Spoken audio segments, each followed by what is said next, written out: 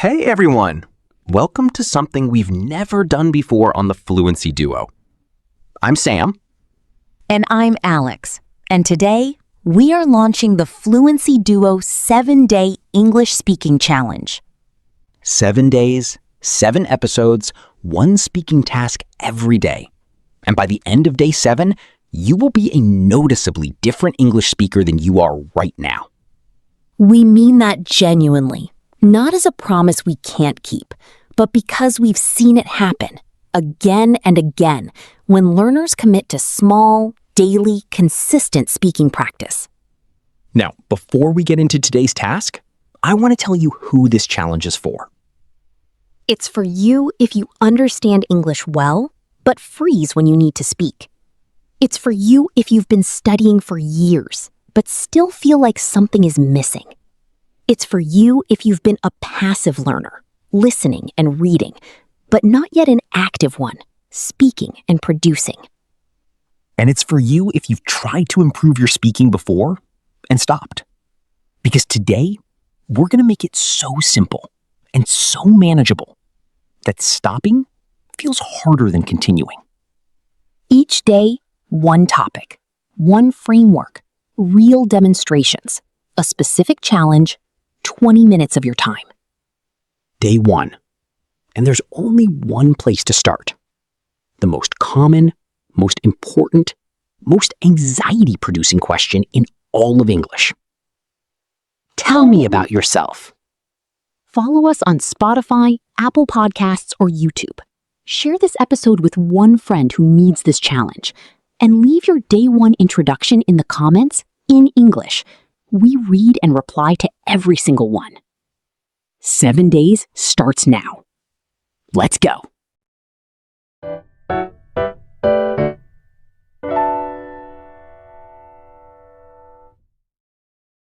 Sam, why did we choose this question for day 1?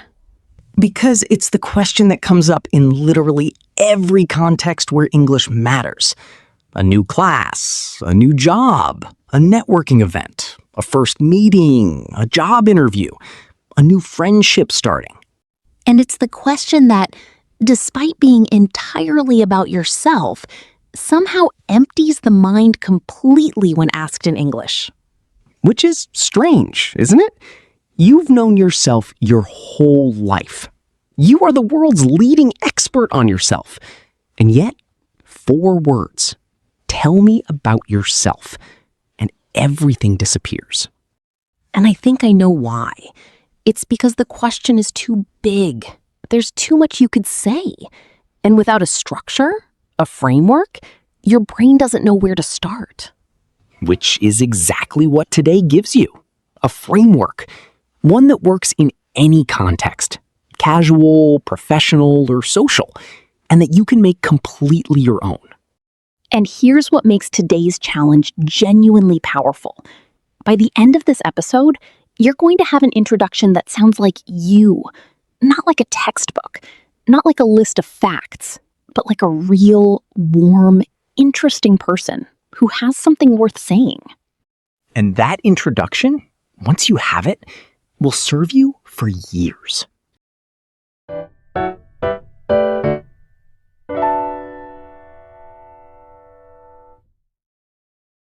Okay, the framework.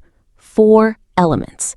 And I want to explain each one with a little more depth than you usually hear, because the devil is in the details. Element 1, your name. And this seems obvious, but there are more interesting ways to introduce your name than just stating it. My name is Alex. Fine. Correct. But slightly flat. Versus, hi, I'm Alex. That sounds warmer, more natural, more like a person. Or, if your name is unusual or from a different language, hi, I'm Prey. It's a Thai name. Most people find it easy once they've heard it once. That's clever. You acknowledge the potential difficulty with warmth and humor, and you've already made the other person feel comfortable. Element 2, context. Not just where you're from, but something that gives the other person a picture, a connection point. Not, I'm from Thailand, but I grew up in Thailand, specifically in Bangkok, which means I have very strong opinions about traffic and very good taste in street food. That second version tells me so much more. It has personality, it has humor, and it gives me 3 different things I could respond to. And that is the goal of context. Not just information, but conversation hooks. Things the other person can grab onto and follow up. Element 3, passion. What you do, but more importantly, why you love it or what it means to you. Not I work in marketing, but I work in marketing, which basically means I spend my days trying to understand why people make the decisions they make, which I find genuinely fascinating and occasionally terrifying. Or if you're a student, not I study business, but I'm studying business right now, which I chose because I want to eventually start something of my own. I don't know exactly what yet, but I'm working on it. Both of those answers have energy. They have direction. They make the listener feel like this person has thought about their life. This person is interesting. Element 4, personality. One specific, genuine, memorable detail that makes your introduction uniquely yours. And the key word is specific. Not, I love cooking, but I've been trying to perfect my mother's green curry recipe for about 3 years. I'm getting closer, but she always says I'm missing something. I think she's keeping the real recipe secret. That's a perfect detail. It's specific, it's warm, it tells me about your relationship with your family, and it invites a response. What do you think the secret ingredient is? See how one specific detail opens a whole conversation, whereas I love cooking closes it. So, name, context, passion, personality. 4 elements. Let's see them in action.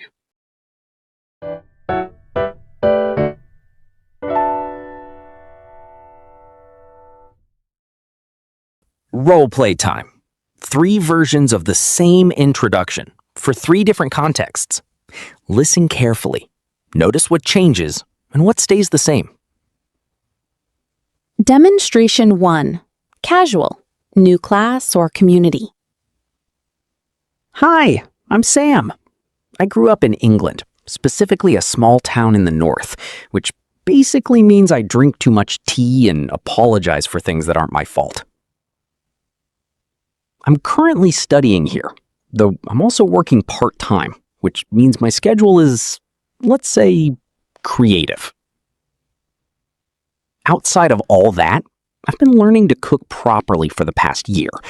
Not from recipes exactly, more from watching my grandmother and trying to remember what she did. She's not impressed by my attempts yet, but I'm persistent. That's lovely. What does she make that you're trying to recreate? Her chicken stew.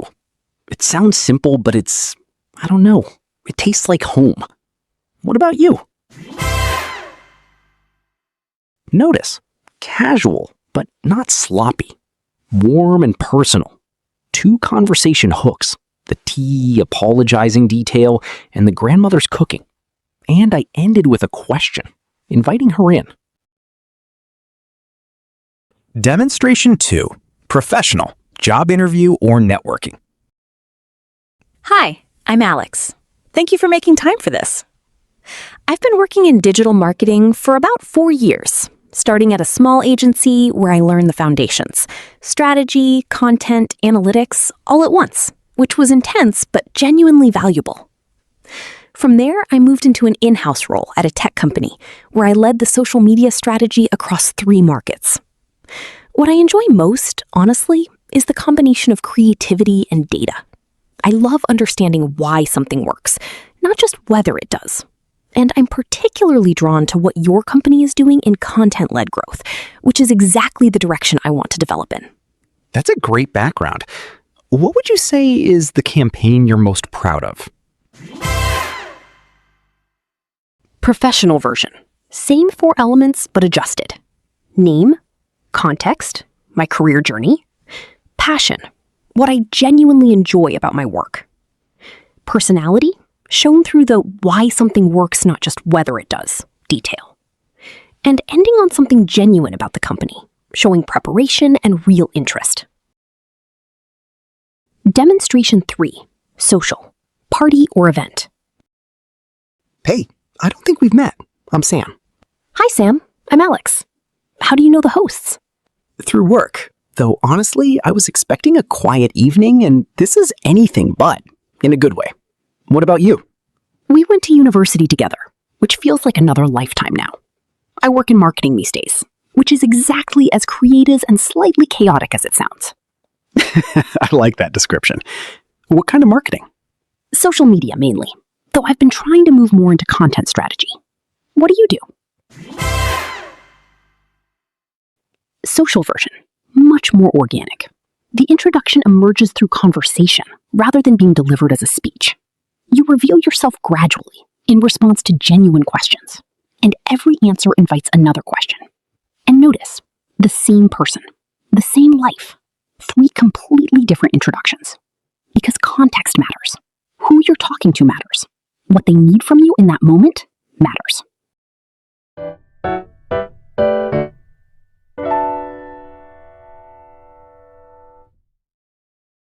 Before your challenge, 3 common mistakes. Know them, avoid them. Mistake 1. The list introduction. My name is Alex. I'm from Thailand. I'm 28. I work in marketing.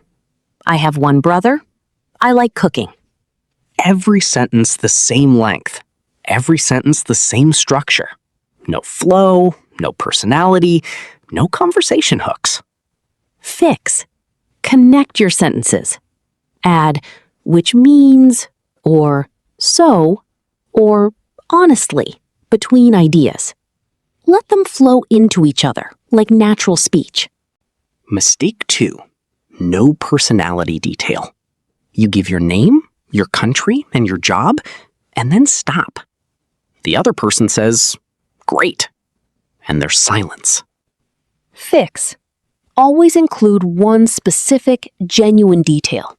Something that makes you, you. Not, I like music, but I've been playing the same 3 guitar chords for 2 years, and I'm, honestly, okay with that. Mistake 3. Forgetting the bridge. You deliver your introduction, and then you wait. And the other person waits, and everyone waits. Fix. Always end with a question. Always invite the other person in. What about you? How did you end up here? Have you been coming here long? The introduction is the beginning of a conversation, not the end of one.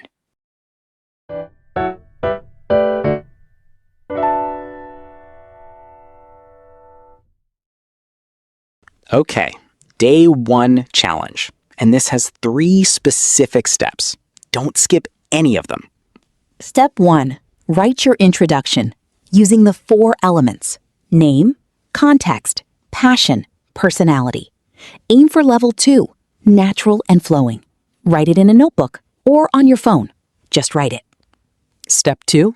Say it out loud. 3 times. Not in your head.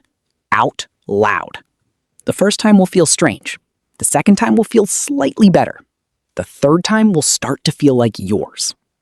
Step 3. And this is the most important one. Record yourself. On your phone. Voice note or video. Doesn't matter. Just record. 1 time. Your introduction in English. You don't have to share it. You don't have to listen back immediately if that feels too uncomfortable. Just make the recording exist. Because the act of recording, of knowing you're being heard, makes your brain work slightly harder. And that extra effort is where the growth happens. And then, if you feel brave, post your introduction in the comments, in English. Even 2 sentences. We read every single one, and we will reply to every single one today. Because the Fluency Duo 7-day challenge is not something you do alone. We do it together. All of us, every person listening, working on the same task on the same day. That community, that shared practice, is one of the most powerful forces in language learning. Come back tomorrow for day 2. we'll be building on exactly what you do today.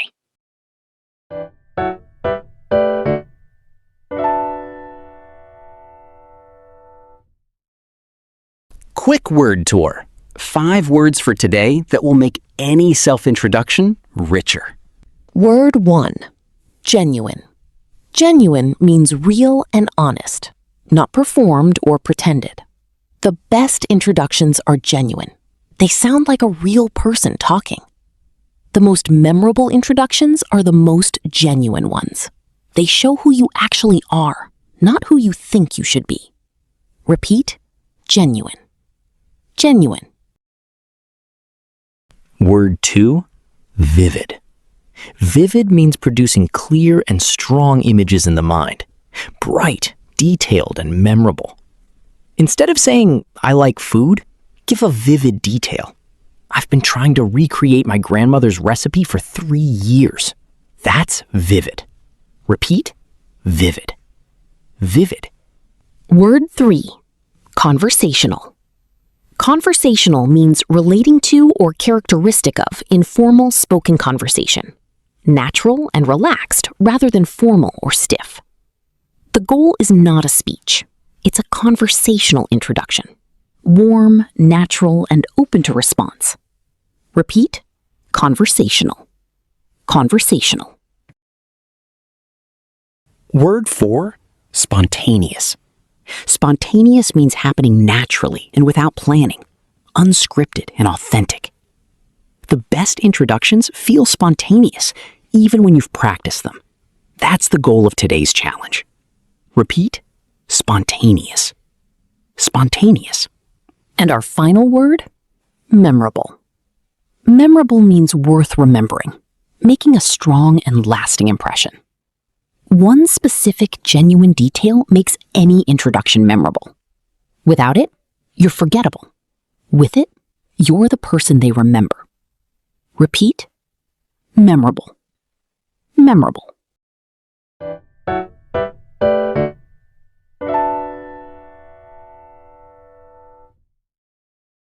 Day 1 recap. 4 elements. Name, context, passion, personality. 3 versions. Casual, professional, social. 3 mistakes to avoid. The list, no personality, no bridge. 3 steps. Write it, say it out loud, record yourself. And one question to leave you with for your introduction today. What is the one specific detail about your life that makes you, you? Find that detail. Put it in your introduction and see what happens. Day 2 is coming tomorrow. We're building on everything from today, so don't skip this one. Do your Day 1 challenge tonight. Share this episode with one friend who needs the challenge. Follow us on Spotify, Apple Podcasts, or YouTube. This is Alex. And this is Sam. You've been listening to the Fluency Duo, Day 1 of your 7-day speaking challenge. Write your introduction, say it out loud, record yourself. We'll see you tomorrow. Finding the rhythm in the flow, planting new words so they can grow. Every sentence soft and slow, watching our confidence start to glow. Side by side we learn the game, the Fluency Duo, that's the name.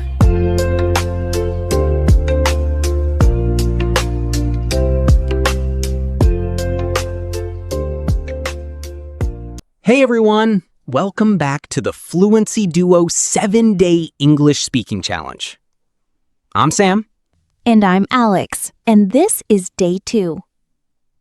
Before we start, can we just take a moment to appreciate everyone who completed Day 1?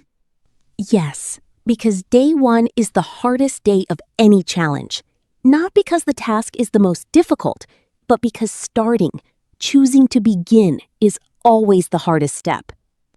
And you did it. You wrote your introduction, you said it out loud, some of you recorded yourselves, some of you posted in the comments, and we read every single one. And they were genuinely wonderful, specific, personal, warm, So much better than, "Hi, my name is Alex. I am from Thailand. I like cooking." So much better. Day 1 worked. And today, we build on it.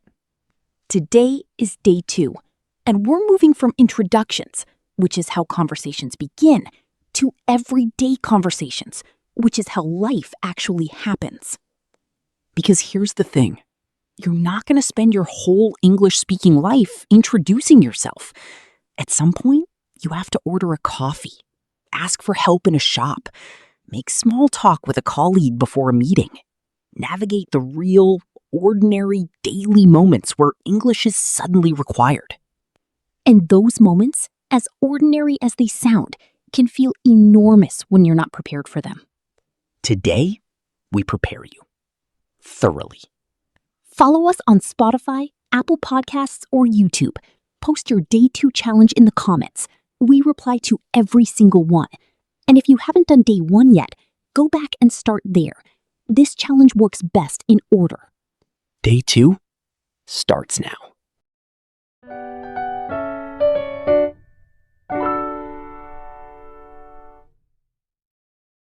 Sam, I want to start with something that I think changes how people see everyday conversations, because most learners underestimate them. They think ordering coffee isn't real English practice. It's too simple. I need to be doing something more advanced. And that instinct is understandable, but it's wrong. And here's why. Everyday conversations are where fluency actually lives. Not in grammar exercises, not in vocabulary lists. In the ordinary, repeated, real-world moments of daily life. Think about it. How many times a day do you order something, ask for help, make small talk, exchange pleasantries? These micro conversations happen constantly, and if you can navigate them smoothly, automatically, without thinking, that is fluency. And there's another reason everyday conversations matter enormously. They are your lowest stakes speaking opportunities. The barista doesn't care if your English is perfect. The shop assistant wants to help you, not judge you. Your colleague just wants to have a pleasant 2 minutes before the meeting starts.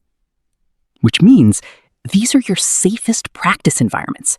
Real interactions, real English, real people, but zero pressure. And every smooth, everyday conversation builds confidence that carries into the higher stakes moments. The meeting, the interview, the important phone call. You build the muscle in the gym so it's strong when you need it on the field. Exactly. So today, 3 scenarios, each one richer and more natural than you've probably been taught before. Let's go.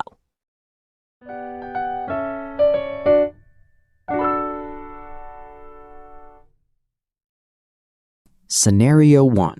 Ordering food or drinks, specifically at a cafe, because this is something most of our listeners do every single day, and it's a beautiful daily English practice opportunity that most people completely ignore. And I want to go beyond just, "I'd like a coffee, please." Because that's fine, but it's the bare minimum. Today, we're going to show you how to make even a coffee order feel natural, warm, and confident. 3 levels: basic, natural, and the Fluency Duo way. Basic version: Hi. 1 latte, please. hot or iced. Hot. Name? Alex. Correct. Gets the job done, but a little flat, a little tense, and misses a genuine opportunity. Natural version: Hi. Good morning. Could I get a latte, please? Hot. And actually, could you make it a large? I have a feeling it's going to be one of those mornings. 1 large hot latte. Anything else? Actually, yes. What's good today? Any pastries you'd recommend? The almond croissant just came out. It's really good. Perfect. I'll take one of those too. Thank you so much. Notice what changed. Same order, but warmer. A small joke, one of those mornings, immediately human. She asked for a recommendation, which most people never do. and it created a tiny moment of genuine connection. And the barista, who serves hundreds of people a day, remembered her because she was real. Key phrases for ordering food and drinks. Could I get a please? More natural than I want. Actually, could you also add? Smooth way to add something. What would you recommend? Instantly creates connection. I'll take that. Thank you so much. Could I get that to go? Or I'll have it here. Thank you. And one phrase for when something goes wrong, which happens. I'm sorry. I think there might be a small mix-up with my order. I asked for... Calm, polite, clear. No drama. That's the pro way to handle a mistake.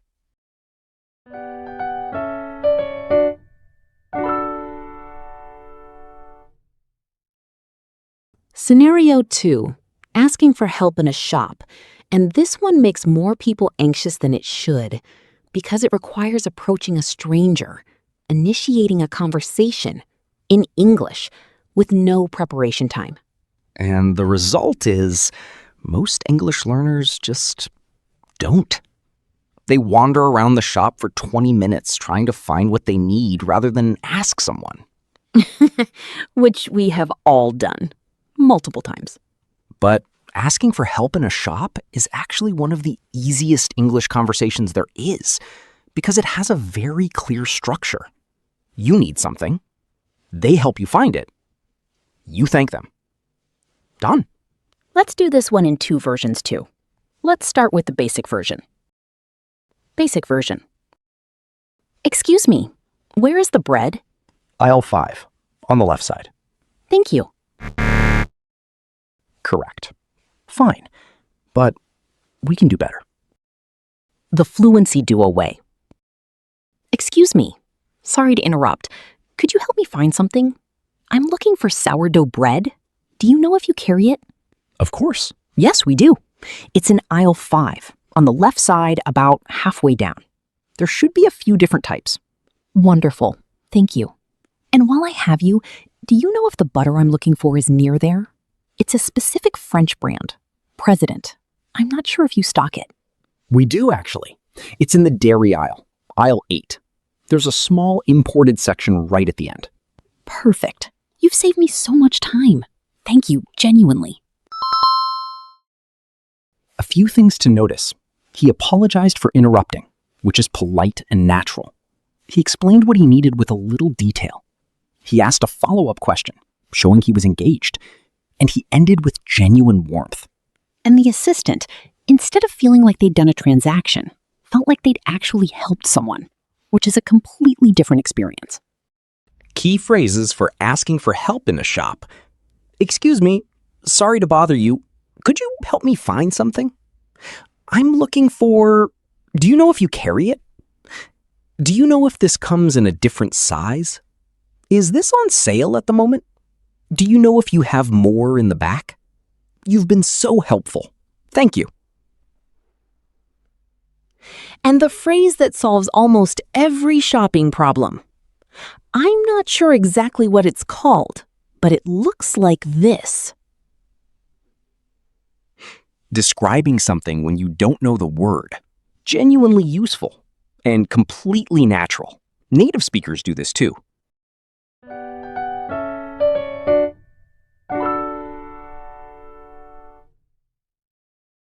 Scenario 3. Small talk with a colleague. And this is the one our listeners find most anxiety-producing because it combines the pressure of a professional environment with the unpredictability of casual conversation. You're in the lift together. You're waiting for a meeting to start. You're getting coffee at the same time. And there's that moment, that 2-minute window where something should be said. And most learners either stay completely silent or say something so brief that the conversation dies immediately. And neither of those feels good. The silence feels awkward. The one-word answer feels rude, even when it isn't. So let's fix it. 3 levels. Basic version. Morning. How are you? Fine, thanks. You? Good. classic. Technically fine, but nothing was exchanged. No connection was made. And now you're standing in slightly uncomfortable silence waiting for the lift. The Fluency Duo Way, version 1, Monday morning. Morning, Alex. How was your weekend? Actually really good. I finally tried that new Thai restaurant near the station that I've been meaning to go to for months. Completely worth the wait. How about you? Did you manage to switch off at all? Mostly, yes. I spent Saturday morning doing absolutely nothing, and it felt incredible. Sometimes that's exactly what the weekend is for. Are you ready for today? I saw we have the big team meeting this afternoon. Ready as I'll ever be. Have you had a chance to look at the agenda? I had a quick look. There's a lot to cover. Should be interesting, though. Notice, Alex gave a real answer with a specific detail. The Thai restaurant. She showed genuine interest in her colleague. Did you manage to switch off? And she naturally bridged from personal small talk to professional territory. The afternoon meeting. All in under 60 seconds. The Fluency Duo Way. Version 2. Friday afternoon. Almost Friday. Almost. I know. This week felt particularly long. Do you have anything nice planned for the weekend? I'm trying not to plan anything at all, which is harder than it sounds. My idea of a perfect weekend right now is genuinely nothing. What about you? My sister is visiting, which I'm excited about. We haven't seen each other since last year. Oh, that's lovely. Where does she live? Chiang Mai, so not exactly nearby. But she's here for a whole week, which is great. That'll be really special. Well, enjoy every minute. Have a good one. You too. Get that rest you need. See you Monday. Notice how that felt. Natural, warm, human.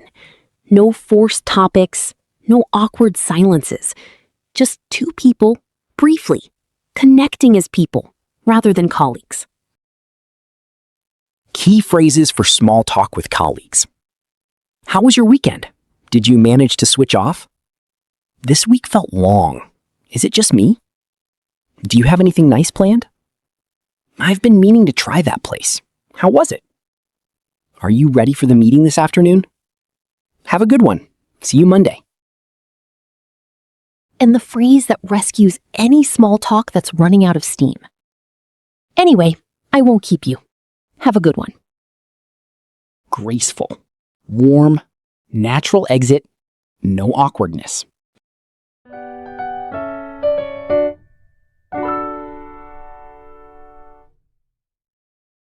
Sam, before the challenge, I want to name the one thing that all three of today's scenarios had in common.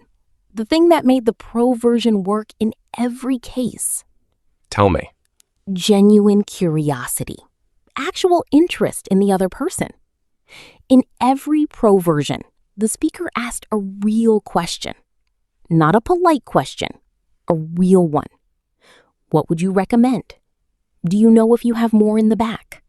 Did you manage to switch off? And genuine curiosity does two things.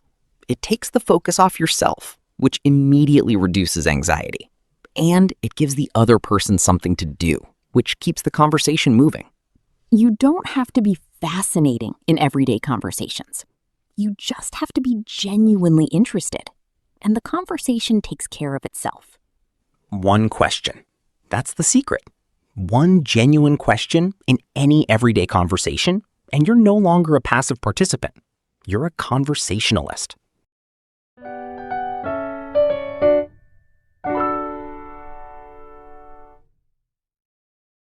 Word tour. 5 words from today, all essential for everyday English conversations. Word 1. Initiate. To initiate means to begin something, to take the first step in starting a conversation or interaction. The hardest part of any everyday conversation is initiating it. Once you've said the first sentence, the rest follows naturally. Repeat. Initiate. Initiate. Word 2.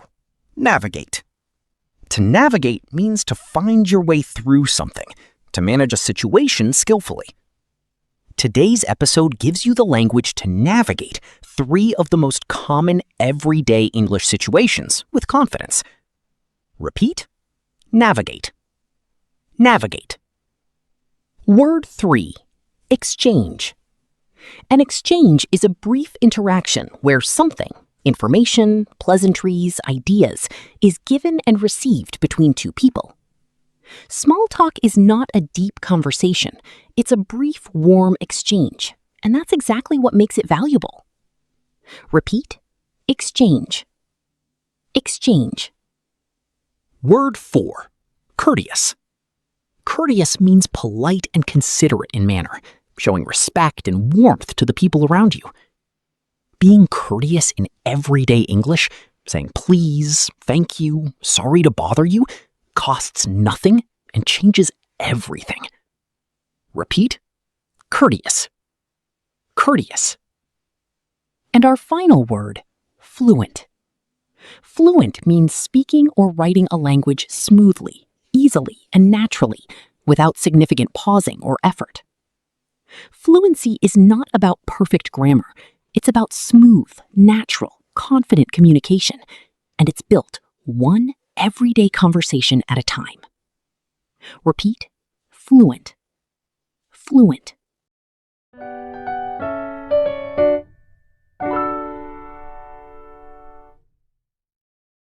Day 2 challenge, and this one has 3 parts, one for each scenario. Part 1. Today, when you order something, anywhere, a coffee, a meal, anything, use one phrase from today's episode. Just one. What would you recommend? Or, could I also get? Or, thank you so much. Pick one. Use it. Real life. Today. Part 2, write a short dialogue for a shopping conversation. Just 6 to 8 lines. Use the phrases from today. Write it in your notebook or on your phone. Then say it out loud, both parts, yourself. Part 3, think of one colleague, classmate, or friend you'll speak to tomorrow. Plan one small talk question to ask them. Just one. How was your evening? Or, do you have anything nice planned this weekend? Prepare it now so it's ready when the moment comes. And as always, post your Day 2 dialogue in the comments, in English. We read every single one and we reply this week. Remember, today's challenge isn't about being impressive. It's about being present, being real, being the person who shows up in everyday moments with warmth and genuine interest. That is, quietly, one of the most attractive qualities a person can have in any language. Day 3 is coming tomorrow. We're going deeper into conversations that require a little more. Opinion, disagreement, persuasion. The conversations where your personality really starts to show. Don't miss it, and don't skip your Day 2 challenge. Do it today. Share this episode with one person who would benefit from this challenge. Follow us on Spotify, Apple Podcasts, or YouTube. This is Alex. And this is Sam. You've been listening to the Fluency Duo, Day 2 of your 7-day speaking challenge. Get out there and have a real conversation today. We'll see you tomorrow. Ooh, yeah. Finding the rhythm in the flow, planting new words so they can grow. Every sentence soft and slow, watching our confidence start to glow. Side by side we learn the game, the Fluency Duo, that's the name.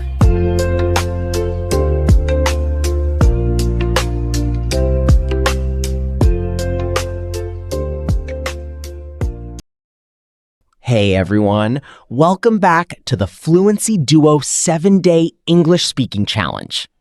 I'm Sam. And I'm Alex, and this is Day 3.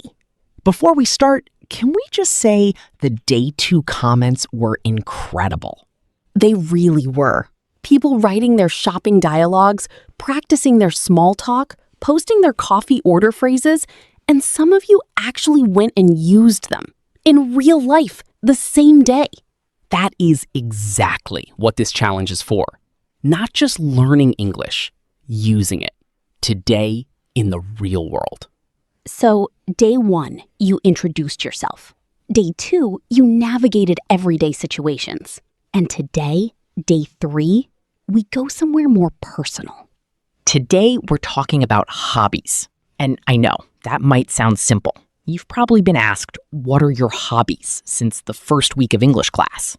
But here's what English class never taught you. There's a massive difference between listing your hobbies and actually talking about them in a way that makes people lean forward. Most people, when asked about hobbies, give an answer that sounds like a form being filled in. I like reading. I enjoy cooking. I sometimes play sport. And the other person nods politely and changes the subject. Today, we fix that. By the end of day 3, you'll know how to talk about your hobbies in a way that creates genuine connection, reveals your personality, and keeps the conversation going naturally. Follow us on Spotify, Apple Podcasts, or YouTube. Post your day 3 hobby story in the comments. In English, we reply to every single one. Day 3 starts now.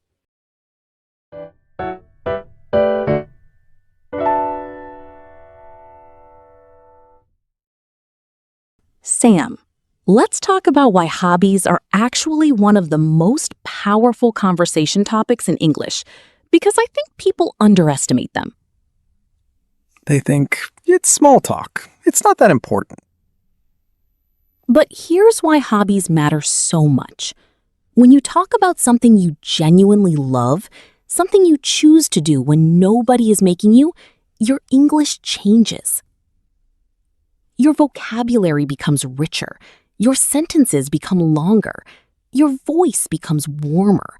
Your eyes, even on a video call, become more alive. Because you're not performing anymore. You're just talking about something you actually care about. And the person listening feels that. They feel the difference between someone reciting English and someone speaking it. And there's another reason hobbies matter. They are the fastest route to genuine connection with another person. Faster than talking about work, faster than discussing the weather, faster than any polite exchange. Because when 2 people discover a shared passion, or even just a genuine curiosity about each other's passion, something clicks. The conversation becomes real. And that moment of real connection is what everyone is actually looking for in any social situation, in any language. So today, we're not just teaching you phrases. We're teaching you how to be genuinely interesting when you talk about what you love.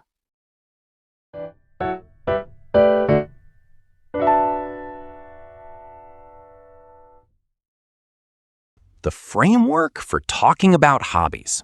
And I want to give you something more powerful than the usual what, why example, because that produces answers that still feel slightly rehearsed. Today's framework has 3 layers, and each layer goes a little deeper than the one before. Layer 1, the what and why.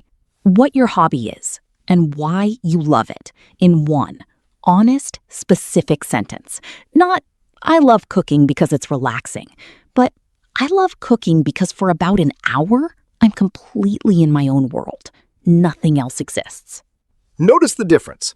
The second answer shows me what cooking feels like for you, not just what it is. Layer 2, the story. One specific memory or moment connected to your hobby. Something that happened, something you experienced, something that shows why this thing matters to you. Not, I've been running for 2 years, but last March I ran my first 10 kilometers, and I cried at the finish line. I didn't expect to, but something about finishing something I told myself I couldn't do just got me. That story, 20 seconds long, tells me more about you than 10 minutes of facts. Layer 3, the evolution. How your hobby has changed you. what it's taught you, where it's taken you, not just what you do, but what it means. I started baking just to keep busy during a difficult period. But now, 2 years later, I've started teaching my niece. And watching her face when something comes out of the oven, honestly, that's the best part. 3 layers. What and why. The story, the evolution. That's an answer that makes someone want to know more.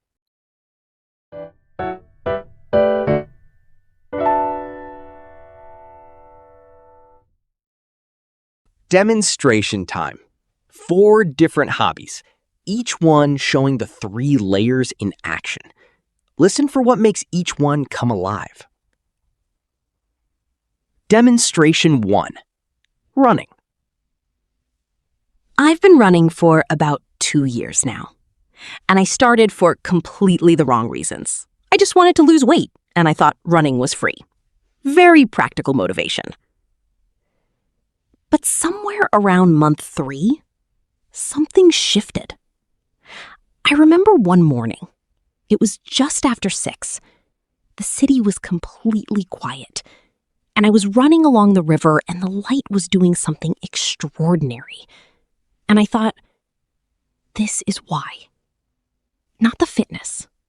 This moment. Now I run 4 times a week. And honestly, it's less about the running and more about those 20 minutes when my brain just goes quiet. I don't think I fully understood what silence felt like until I started running. That's beautiful. Does it still feel hard, or has it become natural? Both, which I think is the best place to be. 3 layers. Beautifully done. The what and why. I started for the wrong reasons. The story. The morning on the river. The evolution. It's less about running and more about the silence.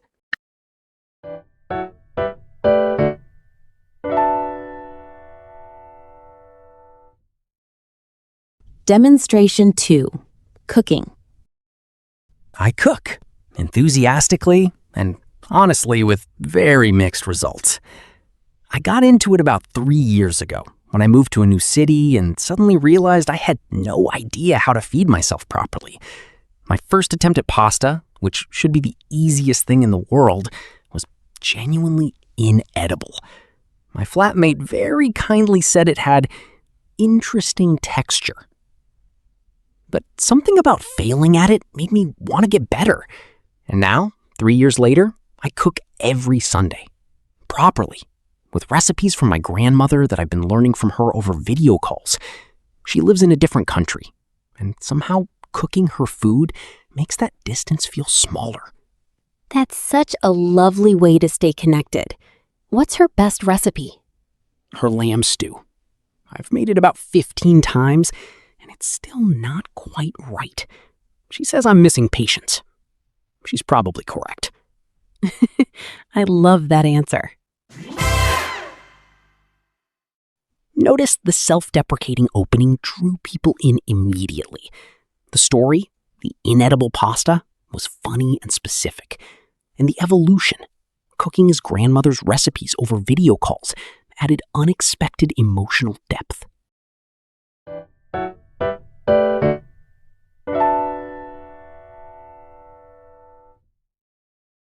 Demonstration 3. Reading. I've read for as long as I can remember. It's one of those hobbies that's been with me through every version of myself. There's a book I read when I was about 14. I won't say the title because I'd be here all day explaining why it mattered. But I remember finishing it and just sitting with it for a while. Not moving. Just sitting. Because something in it had explained something about me that I didn't have words for yet. That feeling of a book giving you language for something you already felt but couldn't express, I've been chasing it ever since. And I find it about once a year if I'm lucky. And it's always worth the wait. What kind of books tend to give you that feeling? Quiet ones. Books where nothing dramatic happens, but somehow everything changes. That final line, quiet books where nothing dramatic happens but somehow everything changes, that is a perfect hobby answer. It reveals personality, taste, and depth in one sentence.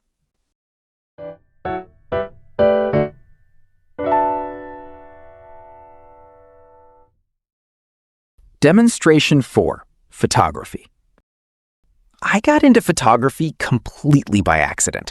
My grandmother gave me her old film camera, not digital, actual film, and I had no idea what I was doing. I wasted an entire roll of film photographing my shoes from different angles. I know, but there's something about film that teaches you to slow down. You only have 36 shots, so you look more carefully. You wait for the right moment. You can't just take 100 photos and hope one works. And that habit of looking more carefully, of actually seeing what's in front of you before you act, I've found it's changed how I approach other things too. Work, conversations. I think more before I speak now. My grandmother would say the camera taught me patience. She's right. She usually is. That's a beautiful thing to inherit from someone. Notice the accidental beginning, the funny story about the shoes, the unexpected lesson from film photography, and the beautiful ending connecting back to his grandmother. All of that felt completely natural because it was specific and true.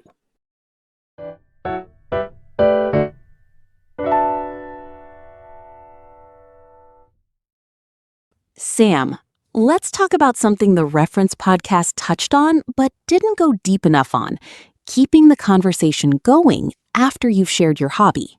Because a lot of people share their hobby beautifully and then stop and look at the other person and wait.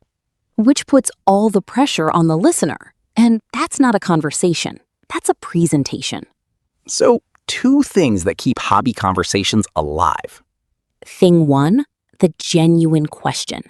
After sharing your hobby, ask a real question about theirs. Not just, what about you? But something more specific and curious. Do you have something like that? Something you do just for yourself? Have you ever tried anything like that? What do you do when you need to switch off?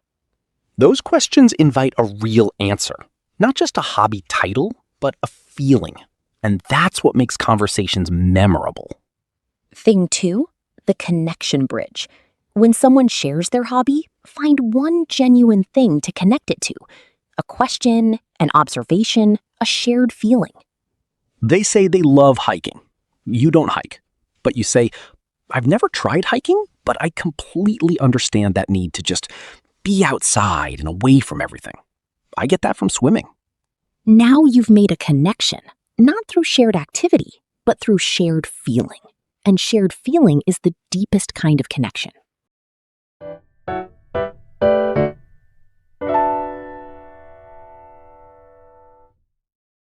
Three mistakes. Know them, avoid them.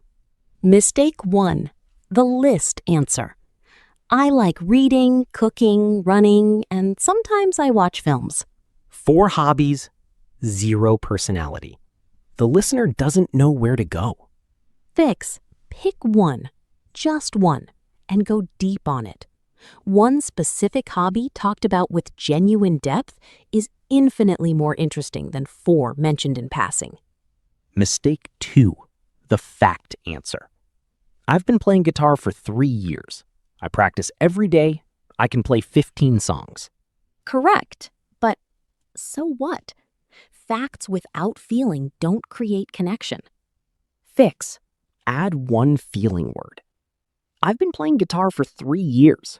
And honestly, the moment when a song finally clicks, when your fingers just know where to go, there's nothing quite like it. Mistake 3, forgetting to ask. You share beautifully, and then silence. You wait.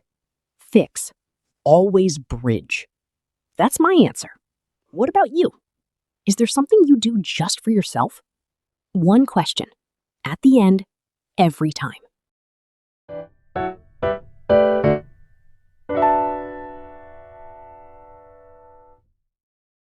Word tour. 5 words from today to make any hobby conversation richer. Word 1. Passionate. Passionate means having intense enthusiasm and deep love for something. When you speak about your hobby passionately, people feel it. She spoke about her painting so passionately that 3 people in the room wanted to try it themselves. Repeat. Passionate. Passionate. Word 2. Evolve. To evolve means to develop gradually over time, to change and grow. Hobbies evolve, and talking about how yours has evolved makes the conversation deeper. What started as a way to pass the time has evolved into something I genuinely can't imagine my life without. Repeat. Evolve. Evolve. Word 3. Therapeutic. Therapeutic means having a healing or calming effect, helping you feel better emotionally or mentally. Running is almost therapeutic for me. It's the 1 hour of the day when my brain stops making lists for me. Repeat. Therapeutic. Therapeutic. Word 4. Instinctive. Instinctive means done naturally and without thinking, coming from instinct rather than conscious decision. After 2 years of practice, the guitar started to feel instinctive. My fingers knew where to go before my brain did. Repeat. Instinctive. Instinctive. And our final word, reveal. To reveal means to show or make known something that was previously hidden or unknown. Hobbies reveal personality. The hobbies we choose reveal something true about who we are, what we value, what we need, what makes us feel most like ourselves. Repeat. Reveal. Reveal.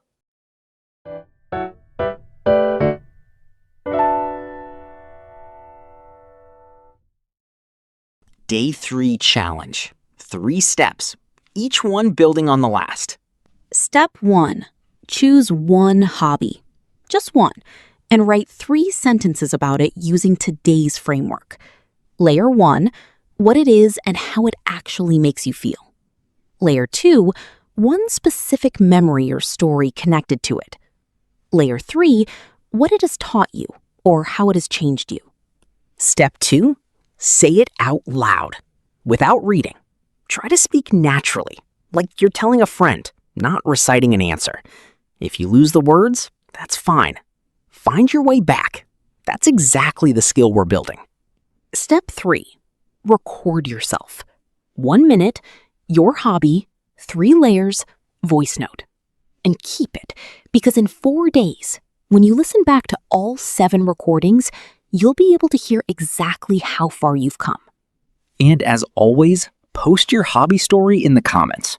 In English, 2 or 3 sentences. We read every single one, and we reply this week. And leave us with the answer to this question. What does your hobby say about you? Because that is the most interesting version of any hobby conversation. Not what you do, but what it reveals about who you are. Day 4 is coming tomorrow. We're going deeper into something that separates intermediate learners from advanced ones. Expressing opinions, agreeing, disagreeing, and persuading. The conversations where your real personality finally comes through. Don't miss it.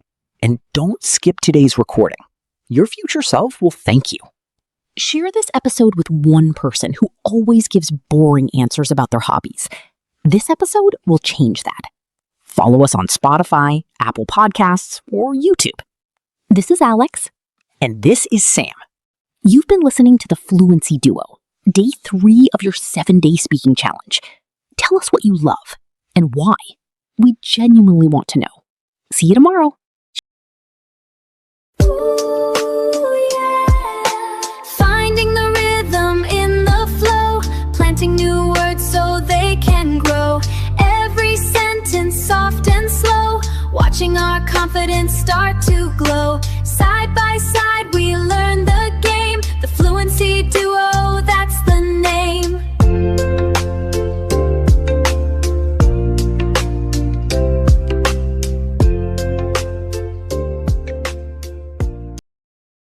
Hey everyone, welcome back to the Fluency Duo 7-Day English Speaking Challenge. I'm Sam. And I'm Alex, and this is day 4. 4 days in. And if you've been following along, you have introduced yourself confidently. You've navigated everyday situations. You've talked about your hobbies in a way that actually creates connection. And today, we face the challenge that sits underneath all of those things, the one that makes people most anxious, even more than vocabulary or grammar. The conversation that starts well, and then, after about 2 minutes, starts to slow down. The silences get longer, the topics run out, and you feel that familiar panic. What do I say next? And you end the conversation early, not because you wanted to, but because you didn't know how to keep it going. Today, we fix that permanently. Day 4 is about conversation flow, the skill of keeping a conversation alive, naturally, warmly, and without running out of things to say. We're going to give you 5 specific techniques, each one with a live demonstration, so you can hear exactly what good conversation flow sounds like in real English. And at the end, your Day 4 challenge, the most ambitious one yet, and the one that will show you concretely how much you've grown since day 1. Follow us on Spotify, Apple Podcasts, or YouTube. Post your Day 4 challenge in the comments. In English, we reply to every single one. Day 4 starts now.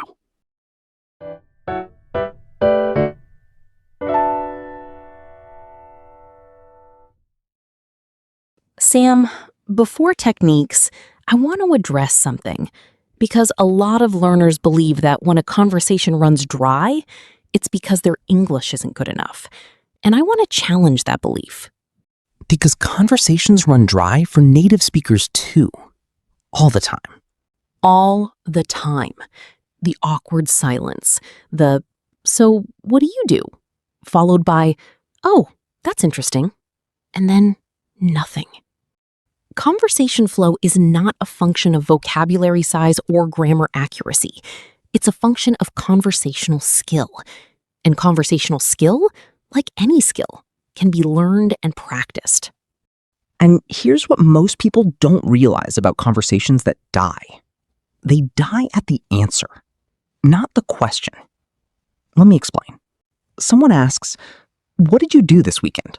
And you say, "I went to the market." And they say, "Oh, nice." And silence. The conversation died because the answer closed the door. It gave nothing for the other person to grab onto. No detail, no feeling, no invitation. But what if you said, "I went to this market near my house. It only happens on Sundays, and they had this section I'd never seen before with old books and vinyl records. I ended up spending an hour there without meaning to." Now the other person has 3 things to respond to: the Sunday market, the old books, the vinyl records. The conversation has somewhere to go. The secret to conversation flow is not asking better questions. It's giving richer answers. And today, we show you exactly how.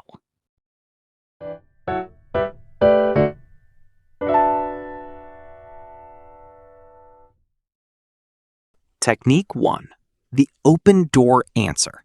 And this builds directly on what we just discussed. Every answer you give in a conversation can either close the door, ending the exchange, or open it, inviting the other person further in. A closed door answer gives one fact and stops. An open door answer gives one fact plus a detail plus an invitation. Let's demonstrate. Same question, 3 different answers, each one opening the door wider. So, how was your week? Good, thanks. Busy. Door closed. Nothing to grab, nowhere to go. How was your week? Pretty good, actually. Quite busy, but the good kind. I had a big project finish on Wednesday, which was a relief. Better. The good kind of busy detail is interesting. The project gives something to follow up, but we can do better. How was your week? Honestly, a bit of a roller coaster. Monday was rough. One of those days where nothing goes quite right. But then Wednesday, a project I'd been working on for about 2 months finally came together. And that feeling, when something you've been carrying for a long time is finally done, it's hard to describe. Have you had a week like that recently? That answer has an honest opening, a specific story, a universal feeling, and a question that invites the other person to share their experience. The door is wide open. The formula: one honest detail, one feeling, one question. That's all, every time.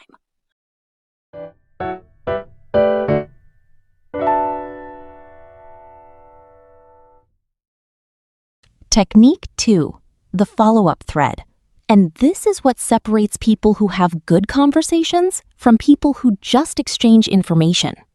Most people, when someone answers a question, immediately move to the next question, like an interview.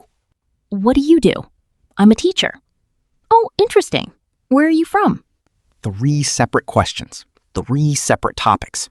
No depth, no connection. The other person feels like they're filling in a form.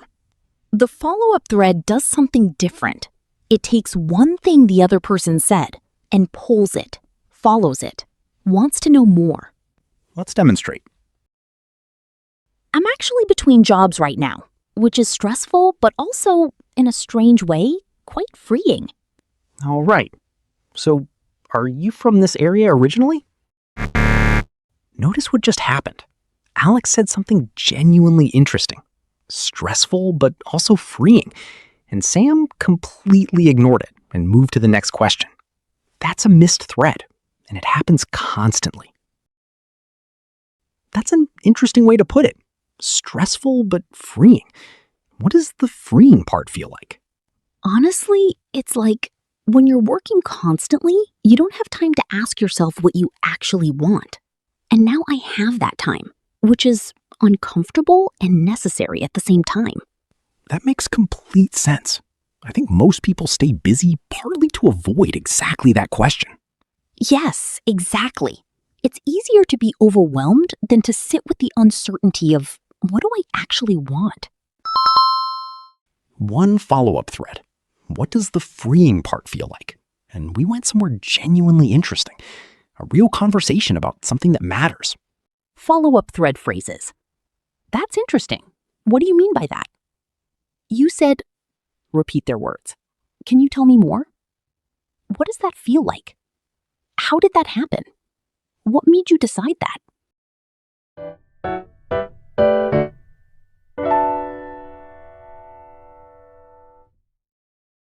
Technique 3, the graceful recovery.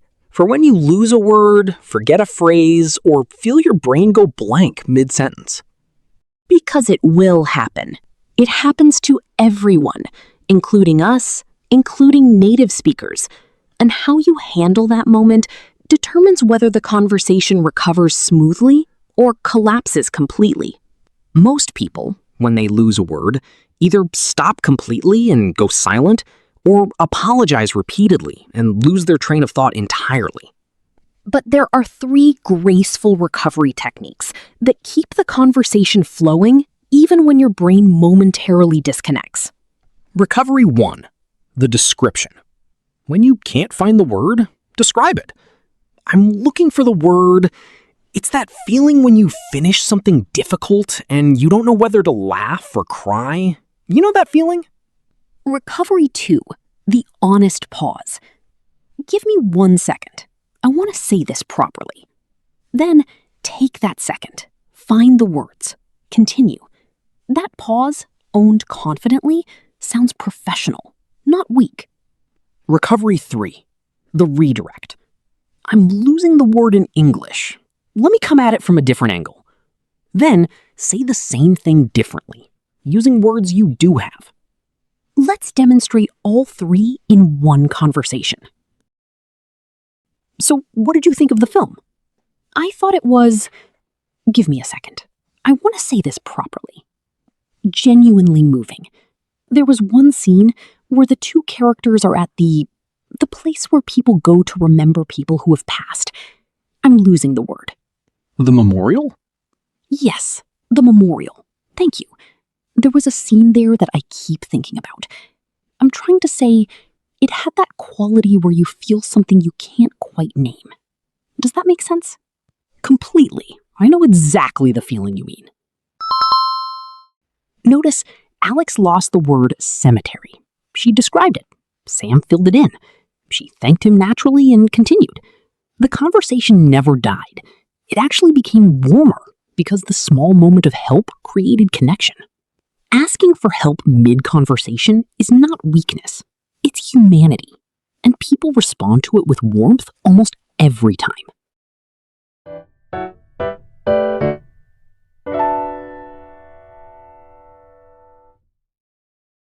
Technique 4, the topic bridge. The art of moving from one topic to another, smoothly and naturally, without the conversation feeling like it's starting over. Because conversations don't move in straight lines. They move through association. One thing reminds you of another, which leads somewhere unexpected, which is often the most interesting part of the conversation.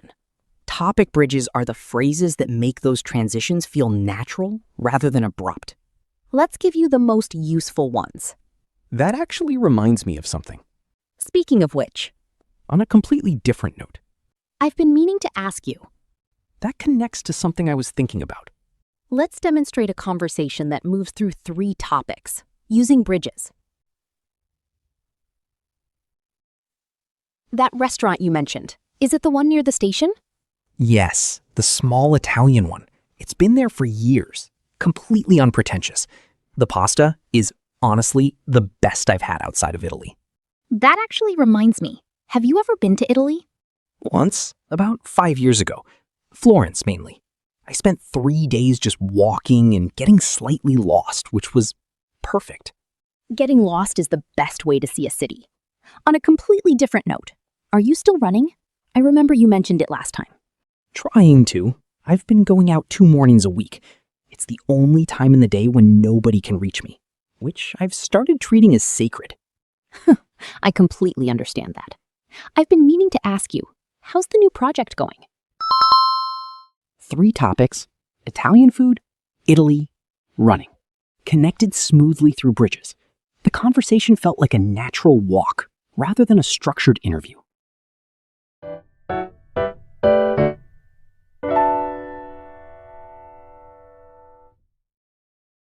Technique 5, the graceful exit.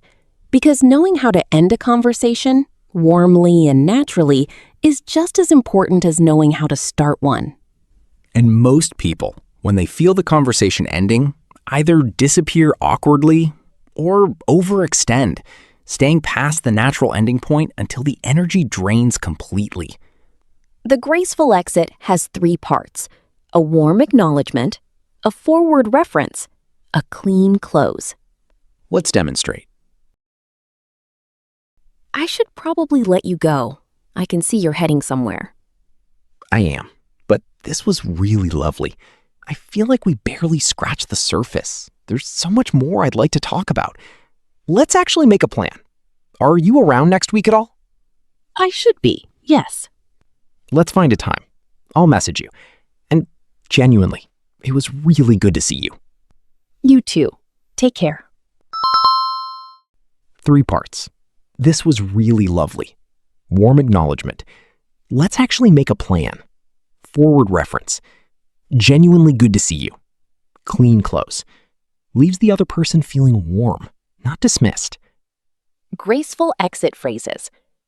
I should let you go, but this was genuinely lovely. We should do this properly sometime. Let's make a plan. I feel like we barely started. Can we continue this? Take care of yourself. I mean that. It was really good to talk. Until next time.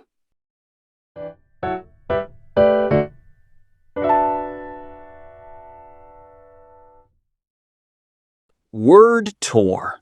6 words from today. All connected to conversation flow and connection. Reciprocal. Reciprocal means given and received equally by both sides. A good conversation is reciprocal. Both people listen and both people share. The best conversations feel reciprocal. Neither person is performing while the other waits. Both are genuinely present. Repeat. Reciprocal. Reciprocal.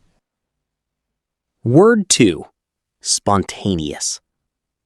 Spontaneous means happening naturally, without planning, unscripted and genuinely in the moment.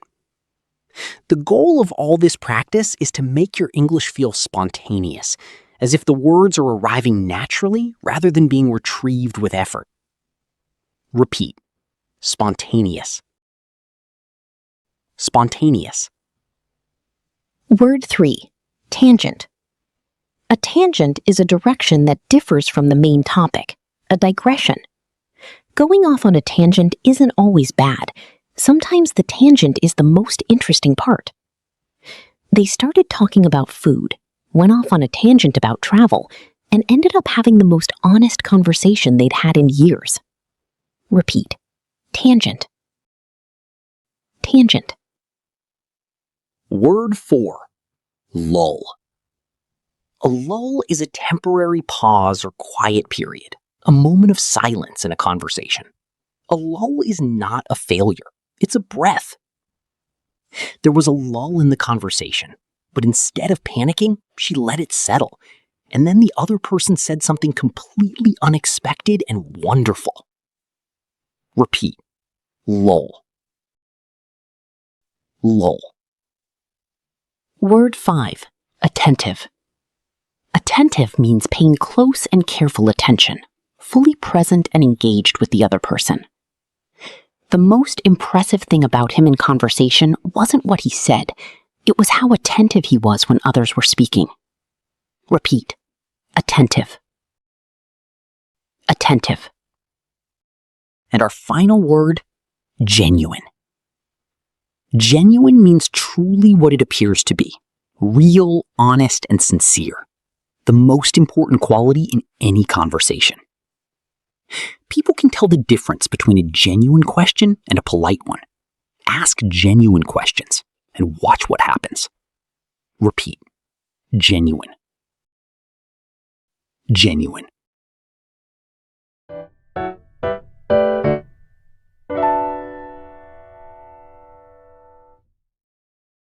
Day 4 challenge, and this is the biggest one yet, but also the most rewarding.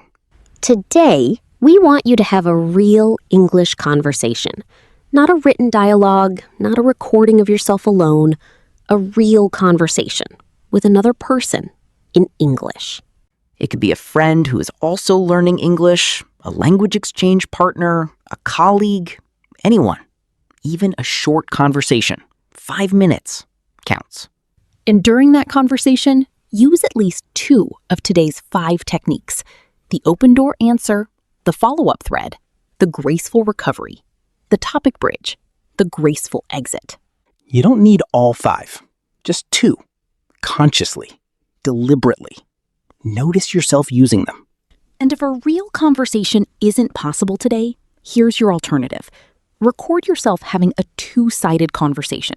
Play both roles, yourself and an imaginary conversation partner. Ask a question, answer it with an open door answer, follow up on your own answer, bridge to a new topic, and close gracefully. It sounds strange, but it works because you're training the patterns, the rhythms of natural conversation, and your brain learns those patterns whether the other person is real or imagined. Come back and tell us, in the comments, in English, what technique you used and how it felt. We read every single one and reply this week. And here's something we want you to notice after today's conversation. However it went, however any silences there were, however many words you lost, You kept going, and keeping going, in spite of imperfection, is the single most important thing you can do as an English speaker. fluency is not the absence of difficulty. It's the decision to continue despite it. Day 5 is tomorrow. We're doing something that a lot of learners find genuinely difficult: expressing opinions, agreeing and disagreeing in English. The conversations where your real personality finally comes through. Don't miss it. And don't skip today's challenge. A real conversation. Today. Share this episode with one person who always runs out of things to say in English. This is exactly what they need. Follow us on Spotify, Apple Podcasts, or YouTube. This is Alex. And this is Sam. You've been listening to the Fluency Duo, day 4 of your 7-day speaking challenge. Go have a real conversation today. We'll be here when you get back. See you tomorrow.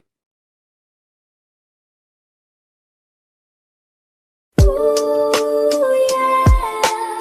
Finding the rhythm in the flow, planting new words so they can grow. Every sentence soft and slow, watching our confidence start to glow. Side by side we learn the game, the Fluency Duo, that's the name.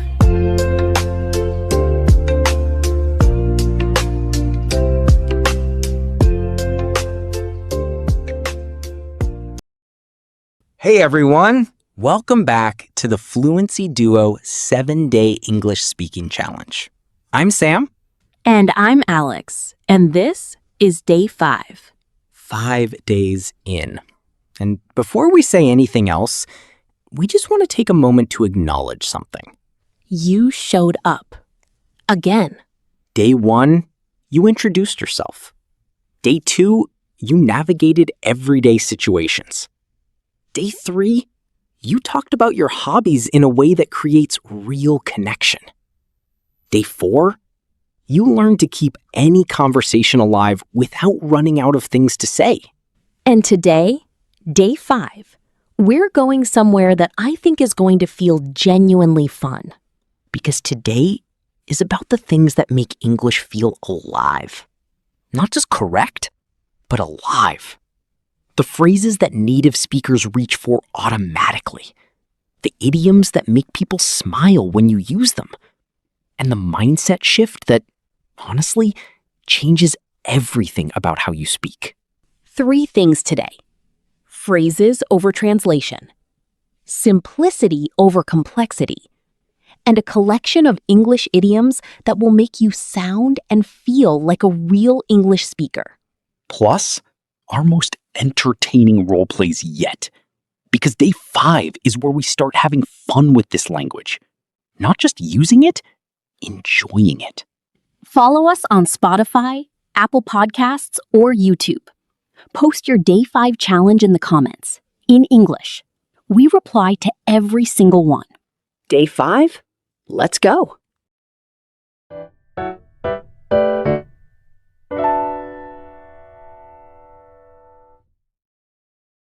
Sam, I want to start with something that I think is the single biggest barrier between intermediate English and natural English. And it's not grammar, it's not vocabulary. Translation. Yes, the habit, which every language learner develops, of constructing sentences in your first language and then translating them word by word into English. And it works, technically. The words are correct, the grammar is usually fine. But it doesn't quite sound natural, because languages aren't built the same way. Every language has its own internal logic, its own way of building meaning. And when you translate directly, you're importing the logic of one language into the structure of another. And the result, however correct, sounds slightly foreign. Let me give you a real example. In Thai, which is the first language of many of our listeners, the way you express hunger is literally, I have hunger, which is completely logical. You have hunger the way you have any other thing. But in English, we say, I'm hungry. You are hunger. You are the state itself. Completely different logic. Neither one is wrong, they're just different. And when a Thai speaker directly translates, I have hunger, an English speaker understands, but it sounds like a translation. It sounds like someone thinking in one language and speaking in another. And the solution is not to learn more words, it's to learn more phrases. ready-made chunks of natural English that you reach for directly without translating through your first language first. Phrases are the building blocks of natural speech, not individual words. Phrases. And the beautiful thing about phrases, once you know them, they come automatically. Your brain stops translating and starts producing, and that is when English starts to feel like yours.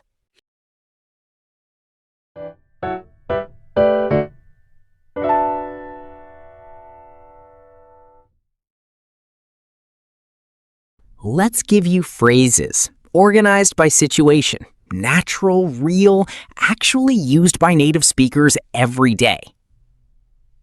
And for each one, we'll show you the translation version, what a learner might say, and the natural version, what a native speaker actually says. Situation 1. You're hungry and want to eat soon. Translation version. I have hunger. We should eat food. Natural version. I'm starving. Shall we grab something to eat? Notice starving instead of very hungry. Grab something instead of eat food. Shall we instead of we should. Every word is slightly more natural. Situation 2. You don't understand something and need it repeated. Translation version. Please say again. I did not understand your words. Natural version. Sorry, could you say that again? I didn't quite catch that. Didn't quite catch that. Beautiful phrase. Warm, natural, professional. And it signals to the other person, I'm listening carefully. I just need one more try. Situation 3. You want to agree with someone enthusiastically. Translation version. Yes, I think the same as you. Natural version. Absolutely, I couldn't agree more. Or more casually, totally, you took the words right out of my mouth. Situation 4. You need more time to think before answering. Translation version. Wait, I am thinking now. Natural version. That's a good question. Give me a moment to think about that. Or, let me think about that for a second. Situation 5. Something went wrong and you want to explain it lightly. Translation version. There was a problem and the situation was not good. Natural version. It didn't quite go to plan, but we sorted it out. Each of those phrases, I'm starving, I didn't quite catch that, you took the words right out of my mouth. Give me a moment, it didn't quite go to plan, is a ready-made chunk of natural English. Learn them as whole phrases, not word by word. And here's the practice method. When you learn a new phrase, don't write it in a list. Write it in a sentence about your real life. Not, I didn't quite catch that, example sentence. But yesterday my colleague was explaining something quickly, and I said, I didn't quite catch that. Could you say it again? Real context, real memory. The phrase becomes yours, not just a note in a notebook.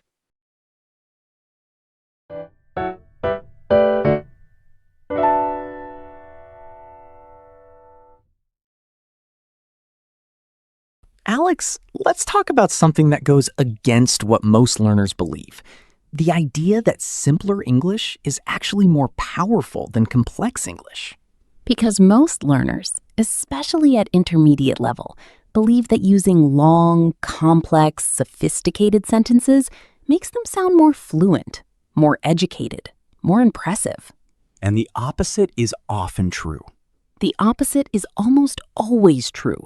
The most effective communicators, in any language, are the ones who say exactly what they mean, in the clearest, most direct way possible. Let's demonstrate. 2 versions of the same request.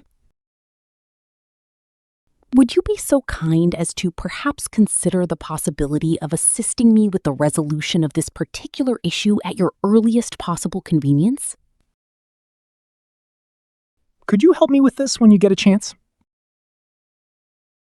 Same request. The first one took 23 words. The second took 11.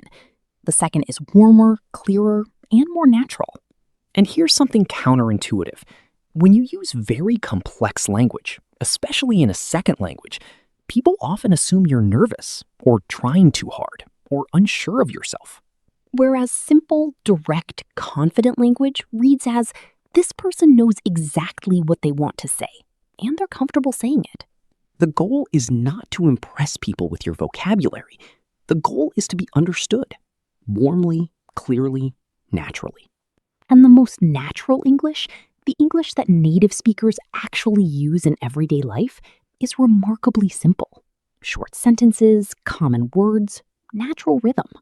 So if you're ever in doubt, go shorter, go simpler, go clearer. That's always the right direction.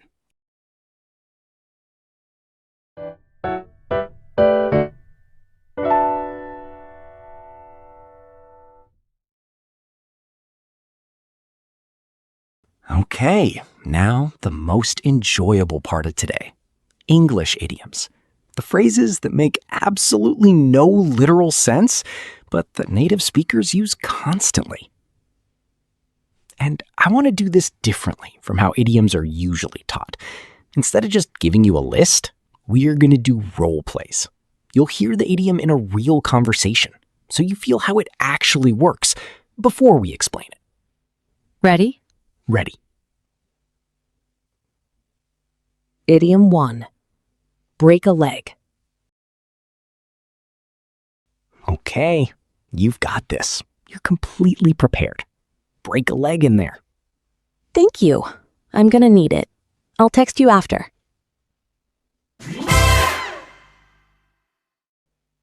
Break a leg. It means good luck. Used specifically before a performance or important event. Nobody knows for certain why, but it's been used in theater for over a century. The theory is that wishing someone good luck was considered bad luck, so people said the opposite. When to use it? Before an exam, a presentation, a job interview, a performance. When not to use it? In formal professional contexts. It's warm and slightly casual. Say it with us. Break a leg. Break a leg. Idiom 2. Spill the beans. Okay, I know something is happening for my birthday and I can see you trying not to smile. Just spill the beans. What is it? I have absolutely no idea what you're talking about. You're a terrible liar. Spill the beans. It means to reveal a secret or share information that was meant to be kept private, often used when you're trying to get information out of someone who knows more than they're saying. The origin is delightfully obscure, possibly from ancient Greek voting, where beans were used as ballots, and spilling them revealed the vote early. Or possibly it's just a vivid image of secrets tumbling out uncontrollably. Say it with us. Spill the beans. Spill the beans. Idiom 3. It's raining cats and dogs. Alex, have you looked outside? It's absolutely raining cats and dogs out there. I had no idea. I didn't bring an umbrella. Neither did I. Let's just wait it out. It can't last much longer. Raining cats and dogs. It means raining extremely heavily. Not just rain, a downpour. The kind of rain where you're soaked within seconds of stepping outside. The origin is genuinely disputed. Some say it comes from old thatched roofs where animals would shelter and slide off in heavy rain. Others think it's simply a vivid Old English expression. Either way, it's been used since at least the 1700s. Say it with us. It's raining cats and dogs. Raining cats and dogs.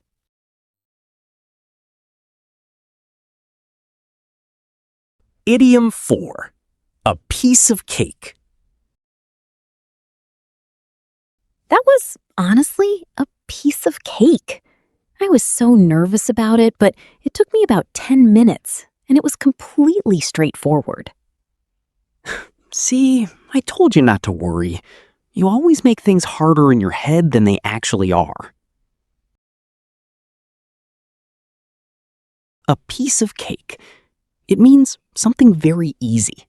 So easy it's almost effortless. The connection to cake is eating cake is pleasurable and easy, something that requires no effort or skill. Use it after you've done something you were worried about and it turned out to be much simpler than expected. Or to reassure someone. Don't worry, it'll be a piece of cake. Say it with us. It's a piece of cake. A piece of cake. Idiom 5. Hit the hay.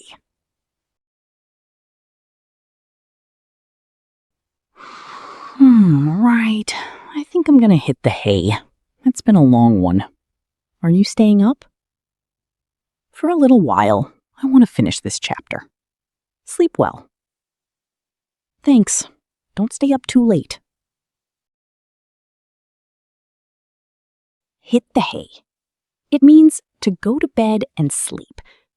The origin comes from when mattresses were literally filled with hay. So hitting the hay meant climbing into bed. To listeners, it's casual and warm, perfect for telling friends or family you're going to sleep. Not appropriate in formal contexts. You wouldn't tell your boss you're going to hit the hay. Say it with us. I'm going to hit the hay. Hit the hay.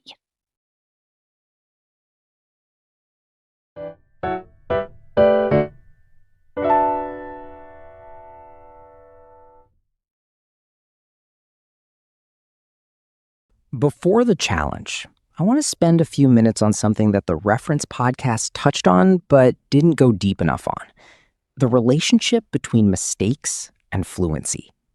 Because a lot of learners at day 5 start to feel a particular kind of frustration. They know more than they did at day 1. They can feel themselves improving, but they're also making more mistakes because they're trying more, attempting more complex things. And that can feel discouraging. Like, I'm speaking more, but I'm also getting more wrong. But here's what that actually means. It means your English is growing. You're operating at the edge of your ability, which is exactly where growth happens. A mistake is not evidence of failure. A mistake is evidence of attempt. And attempt, without exception, is what produces fluency. Think about it this way. Every mistake you make in English, every word you lose, every idiom you use slightly wrong, every sentence that doesn't quite land is your brain gathering data. Data about what works and what doesn't. Data about what feels natural and what feels forced. Data that slowly, over time, refines your English towards something more and more natural. So the goal is not to make fewer mistakes. The goal is to keep going despite them, to speak, make the mistake, notice it, and continue. Because the only thing that genuinely prevents fluency is stopping.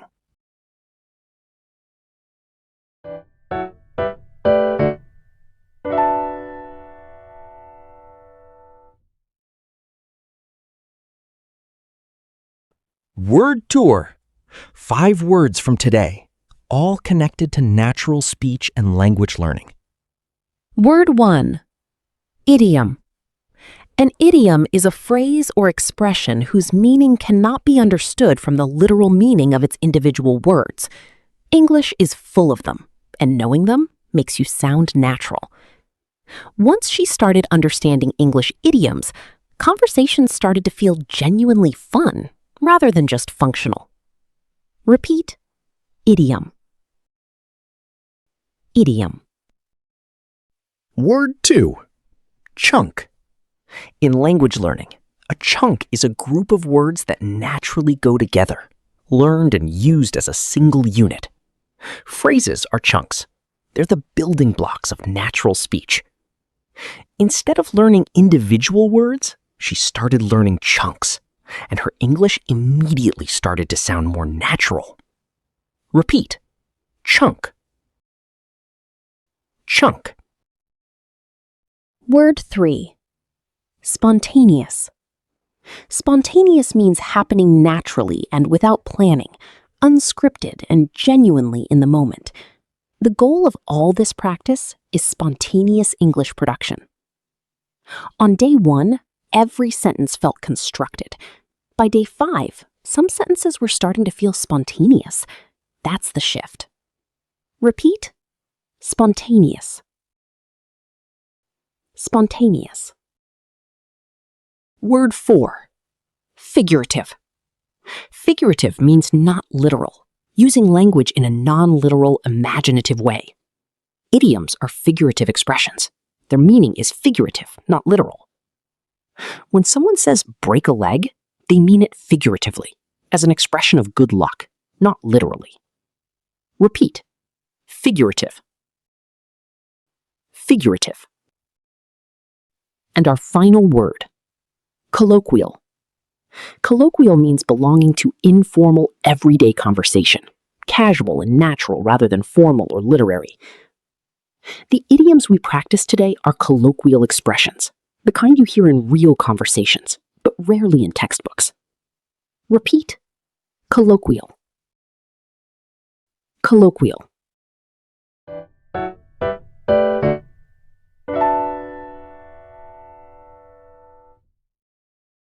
Day 5 challenge. And this one has a fun twist. Today, we want you to use 3 things from this episode in real life, today or tomorrow. 1. Use one natural phrase from our collection. I didn't quite catch that. Or, shall we grab something to eat? Or, give me a moment to think about that. Just one, in a real conversation or message. 2. Use one idiom. Any of the 5 we practiced today. Drop it into a conversation, a message, a comment, anywhere. Break a leg before a friend's exam. It's a piece of cake after finishing something easy. I'm gonna hit the hay before bed tonight. 3. When you make a mistake in English today, and you will, instead of apologizing or going silent, just continue. Keep speaking. Let the mistake be and move forward. And then come back and tell us in the comments, in English, which idiom you used and how it felt. We read every single one and reply this week. And here is something we want you to notice. After 5 days of this challenge, your English is not the same as it was on day 1. It isn't. Something has shifted. You might not be able to name it yet, but it's there. The words come slightly faster. The phrases feel slightly more natural. The silences feel slightly less catastrophic. That is growth. Real, genuine, earned growth. 2 days left.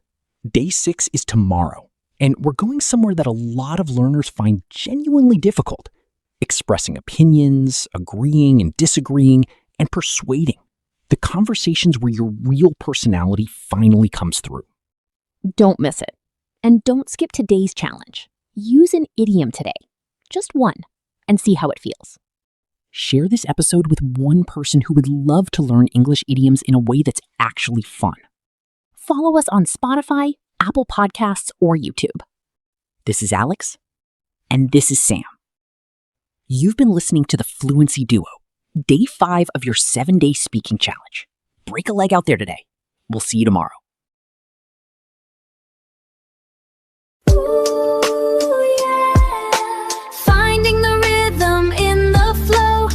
New words so they can grow. Every sentence soft and slow.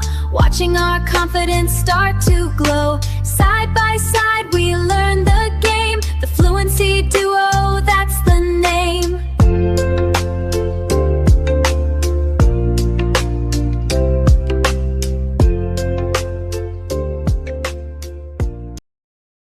Hey everyone! Welcome back to the Fluency Duo 7-Day English Speaking Challenge. I'm Sam. And I'm Alex. And this is day 6. 1 day away from the finish line. 6 days of showing up. 6 days of practicing. 6 days of being braver with English than you were before this challenge started. And today, we're doing something different. Something we've never done in this challenge before. We're telling a story. Not a grammar lesson inside a story. Not a vocabulary list dressed up as a story. A real story. Warm, funny, human. That we're going to tell the way the Fluency Duo tells everything. Slowly, naturally, together. The story is about Tim, a young man starting his first job, and everything that goes beautifully, hilariously wrong. And why are we telling a story on day 6 of a speaking challenge? 3 reasons. 1, stories are one of the best ways to absorb natural English. Phrases, rhythms, and vocabulary in context. Not in a list, but alive inside a moment. 2, stories are the foundation of every great conversation. The ability to tell a story, to hold someone's attention, to take them somewhere, is one of the most powerful speaking skills in any language. And 3, Tim's story has something to say to every single person who has made it to day 6 of this challenge. Something true and important about what it means to start something new and keep going, even when it goes wrong.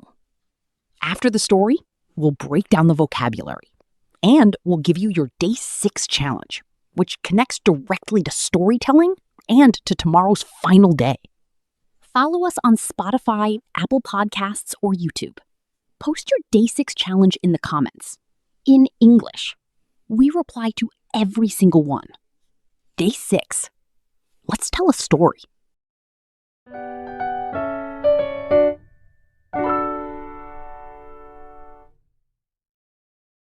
The story is called Tim's First Day, and it begins on a Monday morning, the way all good stories begin, with someone trying to be ready for something they're not entirely sure they're ready for. Tim was 18 years old, and today was his first day at his first real job. He had prepared everything the night before. His bag was packed, his shirt was ironed, he had even set 3 alarms because Tim had a history of oversleeping, and he absolutely was not going to be late on his first day. His mother called from the kitchen. "Tim, don't forget breakfast." Tim was already halfway out the door. "No time, Mom. I'll be late." He grabbed his bag, ran to the bus stop, got on the bus, sat down, took a breath. And then checked his pockets. Oh no. His wallet. He had forgotten his wallet. Now, here is where the story gets interesting, because Tim had a choice. He could panic, he could spiral, he could get off the bus and go home and be late on his first day. But Tim, to his credit, did something much better. "Excuse me, sir, it's my first day at work today. I'm so sorry. I seem to have left my wallet at home. Is there any chance I could ride today and pay you tomorrow?" The bus driver looked at him for a long moment. Then he said, "Go on then, but don't make a habit of it." Tim thanked him, sat down, and arrived at work on time. Without a wallet, but on time. His boss, Mr. Brown, met him at the door. Warm handshake, big smile. "Welcome, Tim. We're really glad to have you." Tim's first task was simple. Make coffee for the team. How hard could it be? Tim stood in the kitchen, looked at the coffee machine, found the coffee, and thought, more coffee probably means better coffee. He added 10 spoonfuls. The team drank it. "Tim, this coffee this is extraordinary. My heart is beating extremely fast right now." I'm so sorry. I'll make another one. I'm not entirely sure what happened. Mr. Brown laughed. It's fine, Tim. We'll think of it as a very energetic start to the week. The second task was an email, a professional email, to an important client. Mr. Brown said, "Be polite, Tim. Use dear sir. Use thank you. Keep it professional." Tim nodded, sat down, started typing carefully. And instead of typing dear sir, He typed dear fish. He sent it. The client replied, "I'm sorry, why have you called me a fish?" Oops. Mr. Brown read the reply, then looked at Tim, then laughed, genuinely, warmly, until he had to sit down. "Tim," he said, wiping his eyes, "I have been in this business for 20 years. Nobody has ever called a client a fish before. You are genuinely something else." At lunchtime, Tim was starving. He hadn't eaten breakfast, and there on the table in the break room was a beautiful cake, layered, professional, with icing. Tim assumed it was for everyone. Tim ate 3 pieces. He then noticed a small card beside the now considerably smaller cake. "Happy birthday, Mr. Brown, from your team." Tim sat very still for a moment, then walked to Mr. Brown's office, knocked, opened the door. "Mr. Brown, I owe you an apology and potentially a cake." "Did you eat my birthday cake?" 3 pieces. I'm so sorry. There was no note. I thought it was for everyone. I should have asked." Mr. Brown laughed, properly, the kind of laugh that fills a room. "Tim, in 20 years, nobody has called a client a fish and eaten my birthday cake on the same day. You are having a first day unlike any first day I have ever witnessed." He put a hand on Tim's shoulder. "Listen, you made mistakes today, real ones. But here's what I also noticed. Every time something went wrong, you came and told me. You didn't hide it. You didn't blame anyone else. You just owned it. And that, Tim, is actually quite rare. I just wanted everything to be perfect. Nothing is perfect on the first try. Perfection comes with practice. And let me tell you something. When I started here, I once sent a confidential document to the wrong company. They thought we were offering them a business deal. It took 3 weeks to sort out." "Really?" "Really. Everyone makes mistakes, Tim. What matters is that you keep showing up."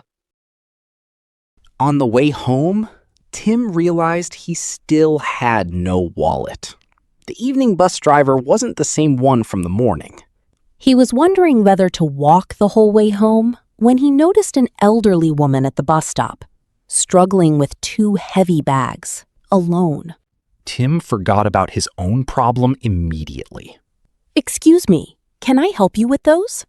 "Oh, how kind. Thank you so much." They walked together. She told him about her grandchildren, about being a teacher for 30 years, about how she used to tell her students, it's okay to make mistakes. That's how we learn. Tim smiled. "That's exactly what my boss said to me today." When they reached the bus stop, she pressed her bus card into his hand. Oh no, I couldn't. "You helped me. Now I help you. Just keep helping people. The world has a way of returning kindness." Tim got home. His mother was waiting.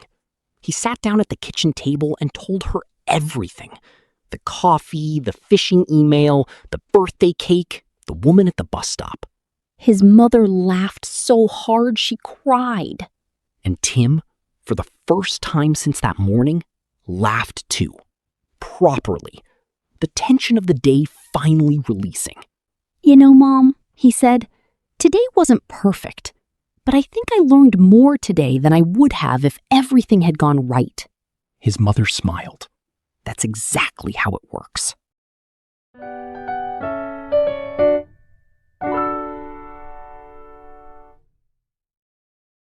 Sam, before the vocabulary, I want to spend a moment on what Tim's story is actually about, because I think it speaks directly to everyone who has made it to day 6 of this challenge. Go ahead. Tim made 3 significant mistakes on his first day: the coffee, the email, the cake. 3 real, embarrassing, visible mistakes. And not one of them ended his day. Not one of them made his boss stop believing in him. Not one of them was as catastrophic as they felt in the moment. Because here's the truth about mistakes. In a new job, in a new language, in any new thing, they feel enormous when you're inside them. And they look much smaller from the outside, and even smaller again from a week later. And what Mr. Brown noticed, what actually impressed him, wasn't Tim's competence. It was Tim's honesty. His willingness to come forward and say, "I got this wrong, and I'm sorry." That quality, owning your mistakes without hiding them, is more valuable in any context than getting everything right the first time. And for English learners, this is the most important thing we can tell you on day 6. The mistakes you've made this week, the words you've lost, the sentences that didn't land, the moments of silence, they are not evidence that you can't do this. They are evidence that you're doing it. Showing up, imperfectly, every day, is the whole thing. That's it. That's what fluency is built from.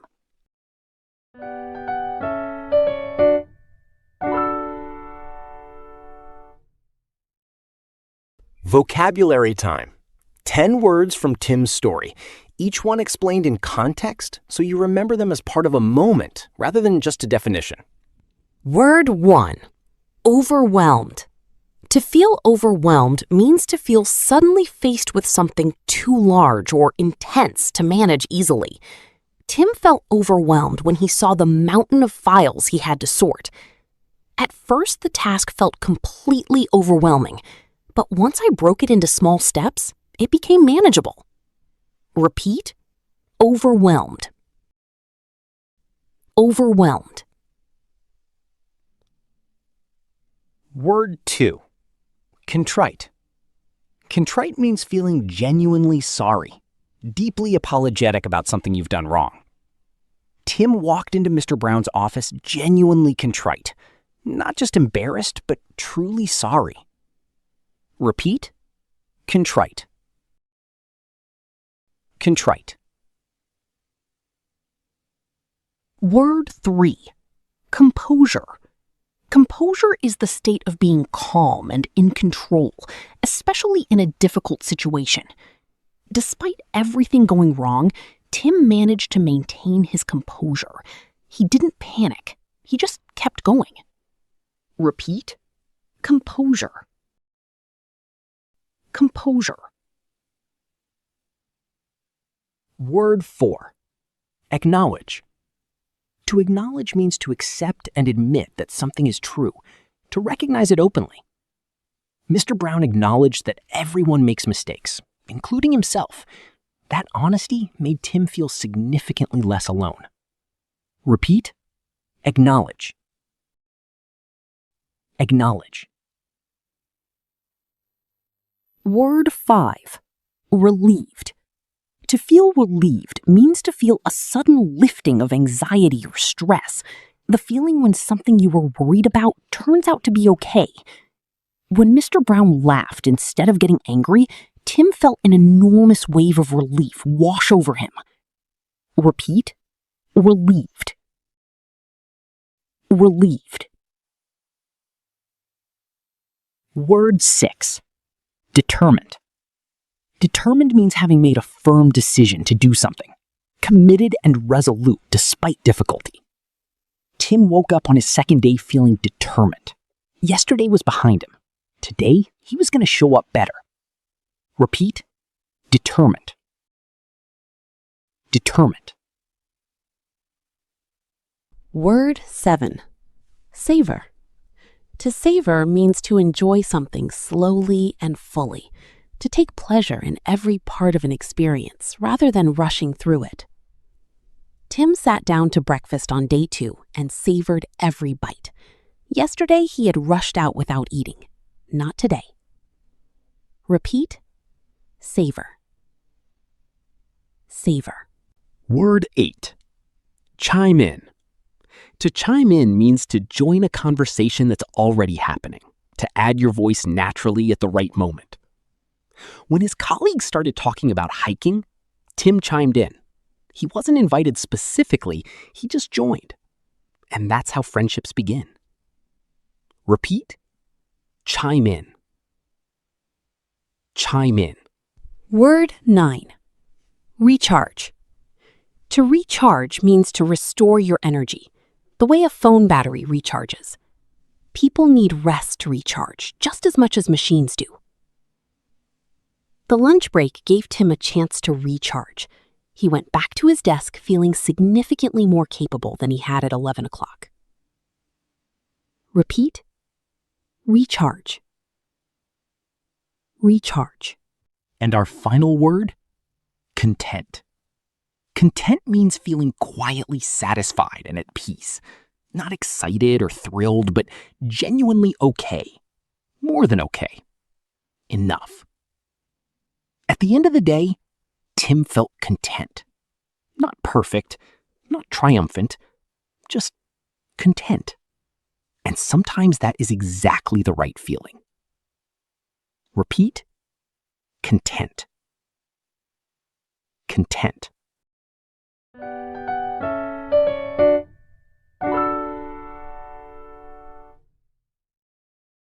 Day 6 challenge. And this one is a storytelling challenge because after today, you are ready for it. We want you to tell a story in English about a time when something went wrong and you kept going anyway. It doesn't have to be dramatic. It doesn't have to be funny, though funny is wonderful. It just has to be real. Maybe it was a mistake at work, a misunderstanding with a friend, a moment in English class where something went wrong and you had to recover, a day when everything went slightly sideways and you got through it anyway. 3 sentences is enough. 5 is even better. Just tell us what happened, in English, in the comments. Use the 3-layer framework from day 3 if it helps. What happened, how it felt, what you learned. And use at least 2 of today's vocabulary words in your story. Overwhelmed, contrite, composure, acknowledged, relieved, determined, savor, chime in, recharge, content. We read every single comment, and this week, we reply to every single one. And as we close day 6, we want to say something directly.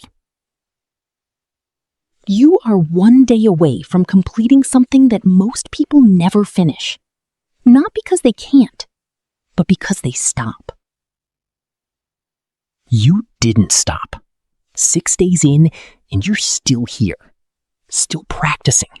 Still showing up.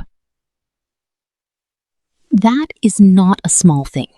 That is, quietly, one of the most important qualities a language learner can have. Tomorrow is day 7, the final day, and we're going to make it count.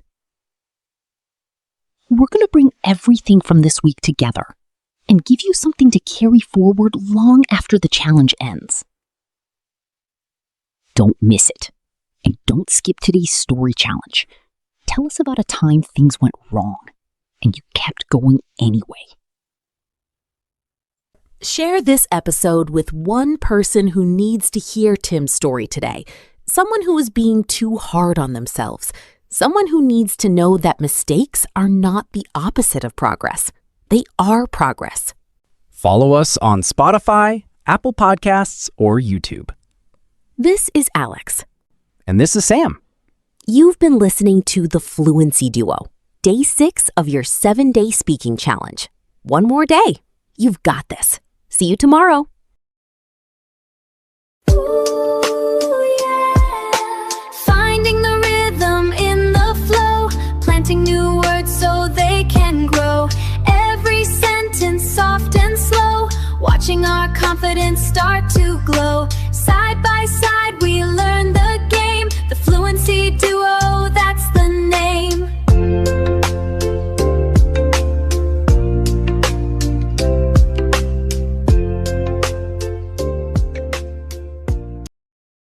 Hey everyone.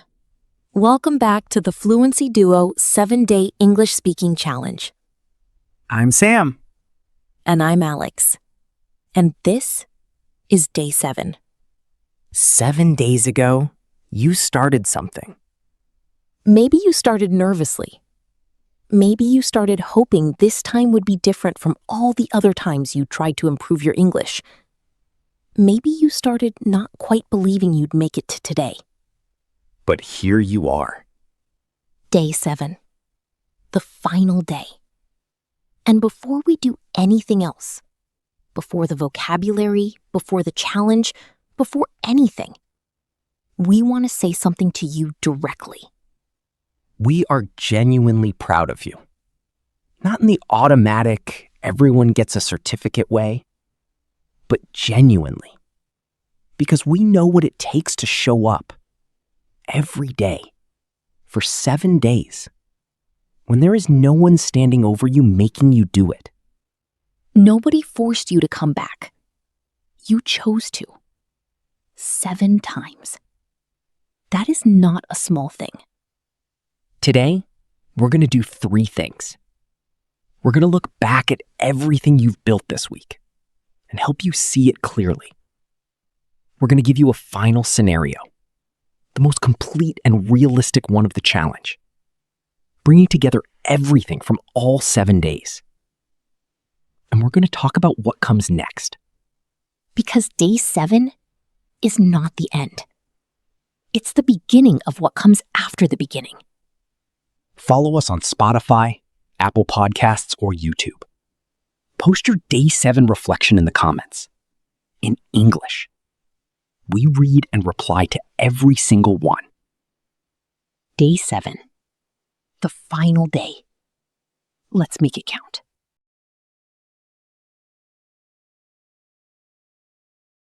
Sam, before we go forward, I want to go back through every day of this challenge because I think most people underestimate how much they've covered in 7 days. Let's do it.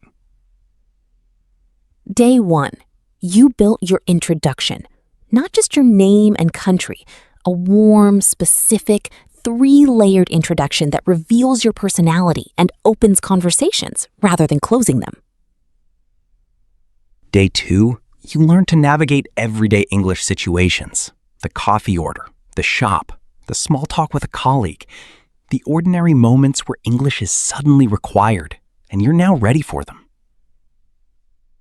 Day 3, you learn to talk about your hobbies in a way that makes people lean forward. Not, I like cooking, but the story, the feeling, the evolution, the specific detail that makes you, you. Day 4, you learn to keep any conversation alive. The open door answer, the follow-up thread, the graceful recovery, the topic bridge, the graceful exit. 5 techniques that mean you will never again be the person who runs out of things to say. Day 5, you stopped translating and started speaking. Natural phrases instead of word-for-word constructions. Idioms that make English feel alive rather than correct. And the mindset shift. Mistakes are data, not failure. Day 6, you heard Tim's story, and you told your own. And in doing so, you practiced one of the most powerful speaking skills in any language. The ability to hold someone's attention, to take them somewhere, to make them feel something through your words. And today, day 7, we bring all of it together into one final scenario, the most complete conversation you've attempted in this challenge.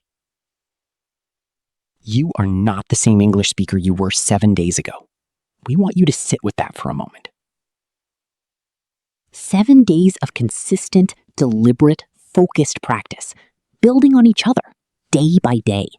That has changed something. It always does.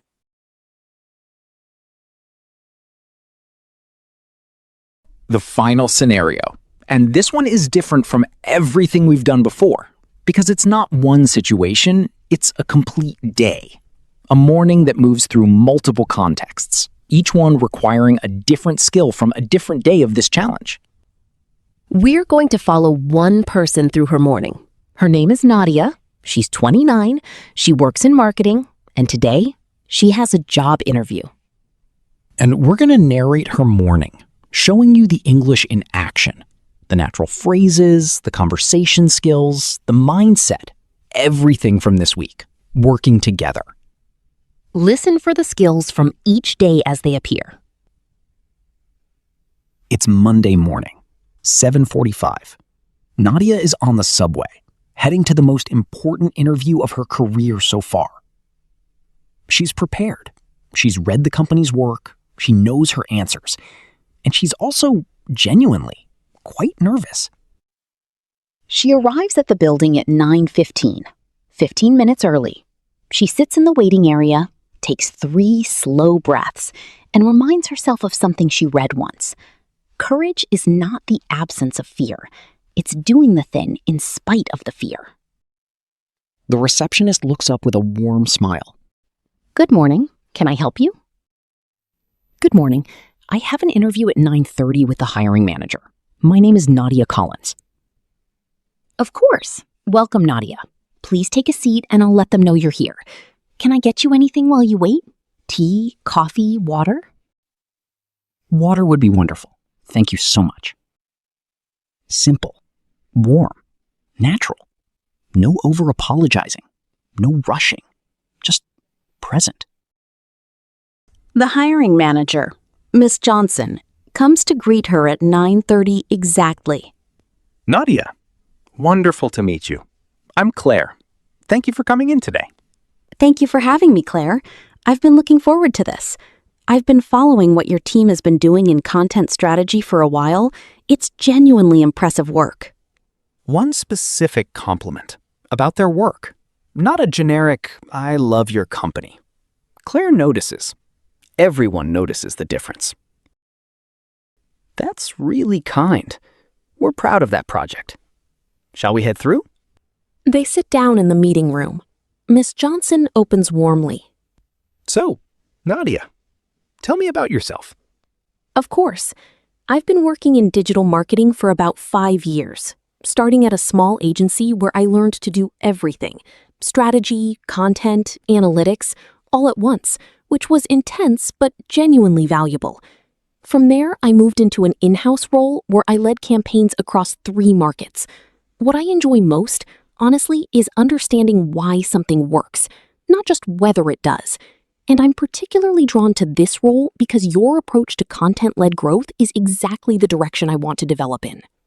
That's a great overview. What would you say is the project you're most proud of? There was a campaign last year, a product launch, where we took a multi-channel approach. Social media, email, some influencer partnerships.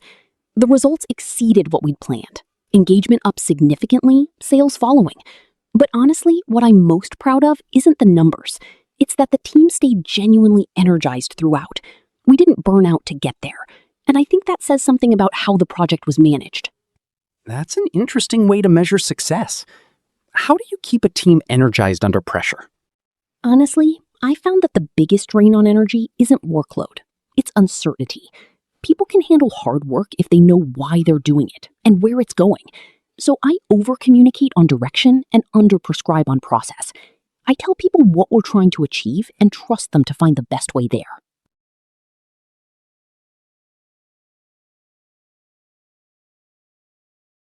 Now, tell me about a time when something went wrong on a project. How did you handle it? Of course. About 2 years ago, we launched a campaign that completely missed the target audience. The brief was unclear, and I should have pushed harder for clarity before we started. The results were poor, and the client was unhappy. What I did immediately was go to the client directly. I didn't minimize it or explain it away. I said, "This didn't work. Here's why, and here's exactly what we're going to do differently." We relaunched 3 weeks later, and the second version performed well. But more importantly, that client is still with us today because they trusted us more after we got it wrong than they did before. That's a really mature way to handle that situation. I found that getting things wrong is sometimes the piece of cake that teaches you the most. It's never comfortable, but it's rarely wasted. Ms. Johnson smiles. The idiom landed perfectly. Natural, warm, self-aware. We're coming toward the end.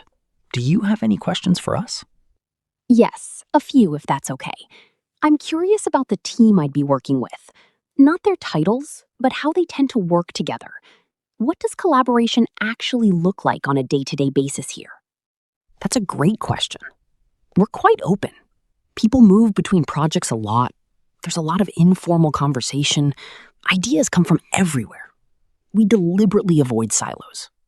That sounds like exactly the kind of environment I do my best work in. And one more. What does success look like in this role at 6 months? What would you want to see? 2 specific questions. Not generic, not flattering, genuinely curious. Ms. Johnson answers both fully, which tells you everything. The interview ends. They shake hands warmly. Thank you, Nadia. It's been a genuine pleasure. We'll be in touch very soon. Thank you, Claire. I've really enjoyed this conversation. I hope we get to work together. Not, thank you so much for your time. I hope to hear from you. But I've really enjoyed this conversation. I hope we get to work together. Warm, genuine, confident, not desperate. Nadia walks out of the building, takes a breath, thinks, that felt like a real conversation, not a performance, a real conversation. And that is the difference that 7 days makes.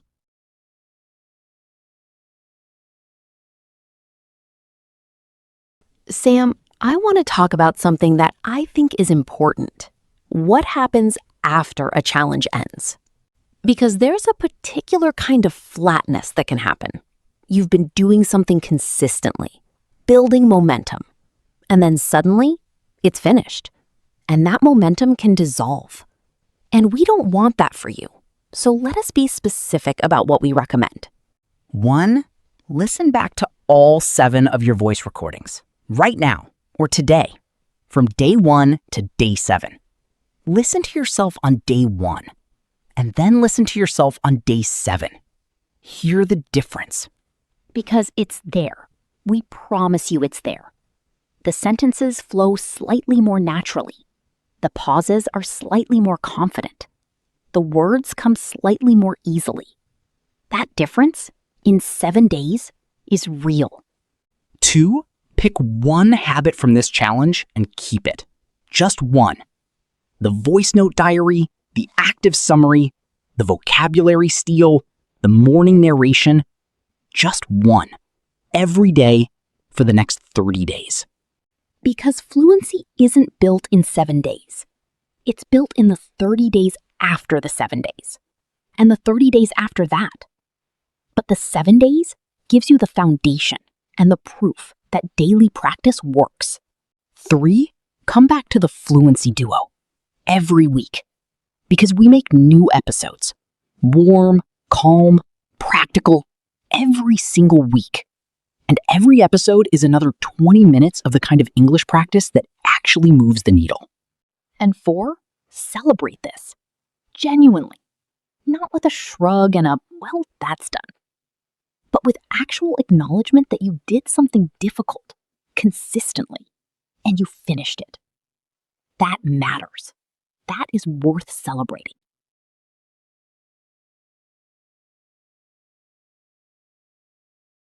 Word tour, the final one. 7 words, 1 from each day of the challenge, the ones we want you to carry forward. From day 1, memorable. Make your English memorable. not by being impressive, but by being specific, genuine, and warm. The detail that makes you, you. She wasn't the most fluent person in the room, but she was the most memorable, because everything she said felt real. Repeat, memorable. Memorable. From day 2, initiate. To initiate. To begin. Every conversation you start in English, every time you speak first, is an act of courage. And courage compounds. He used to wait for others to speak first. Now he initiates. And that one change opened more doors than anything else. Repeat, initiate. Initiate. From day 3, evolve. Your English evolves. Your story evolves. You evolve. Nothing stays the same, and that is always good news. Looking back at where she started, she could see clearly how much she had evolved. And the most interesting part was, she hadn't noticed it happening. Repeat. Evolve. Evolve. From day 4, reciprocal. The best conversations are reciprocal. Both people give. Both people receive. Neither performs while the other waits. The moment the conversation became reciprocal, something shifted. It stopped feeling like practice and started feeling like connection. Repeat, reciprocal. Reciprocal. From day 5, spontaneous. The goal of all this practice, the whole point of 7 days, is spontaneous English. Words that arrive without effort. Phrases that come before you look for them. It happened for the first time one Tuesday morning. She answered a question in English and didn't notice until afterwards that she hadn't thought about it. That's spontaneous. That's fluency arriving. Repeat. Spontaneous. Spontaneous. From day 6, determined. Showing up for 7 days when nobody was making you, that is determination. And determination, more than talent, more than intelligence, more than perfect grammar, is what builds fluency. She wasn't the most naturally gifted English speaker in the room, but she was the most determined. And determined always wins in the end. Repeat. Determined. Determined. And the word for day 7, becoming. You are not finished. You are not fluent yet. You are becoming. And becoming, unlike arriving, never ends. It just keeps getting richer and deeper and more yours. 7 days ago, she was someone who wanted to speak English better. Today, she is someone who speaks English better. Tomorrow, she will be someone who speaks English better still. She is becoming, and becoming is the whole journey. Repeat. Becoming. Becoming.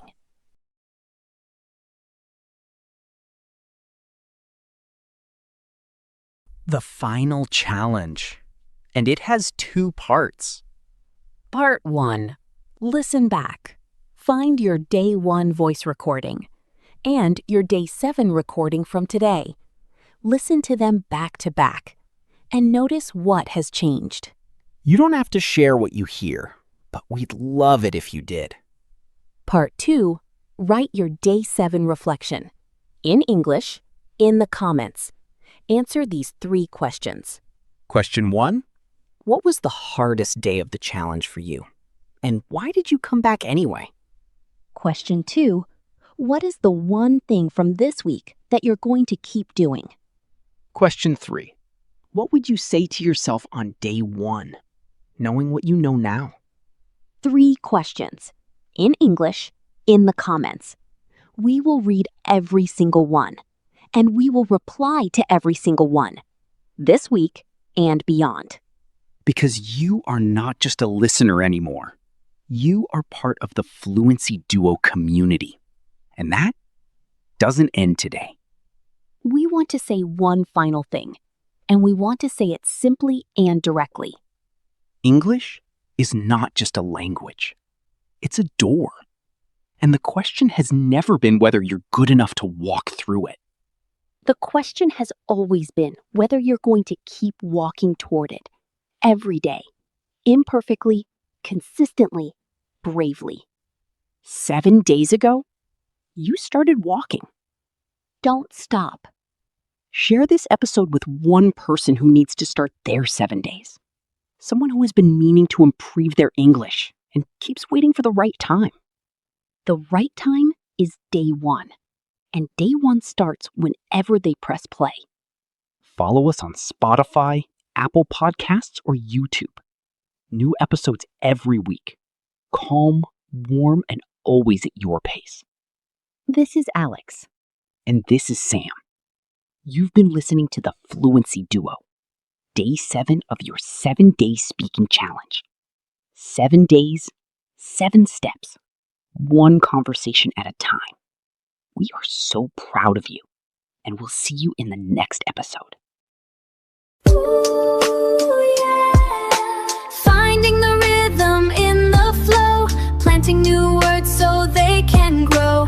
Every sentence soft and slow, watching our confidence start to glow. Side by side we learn the game, the Fluency Duo.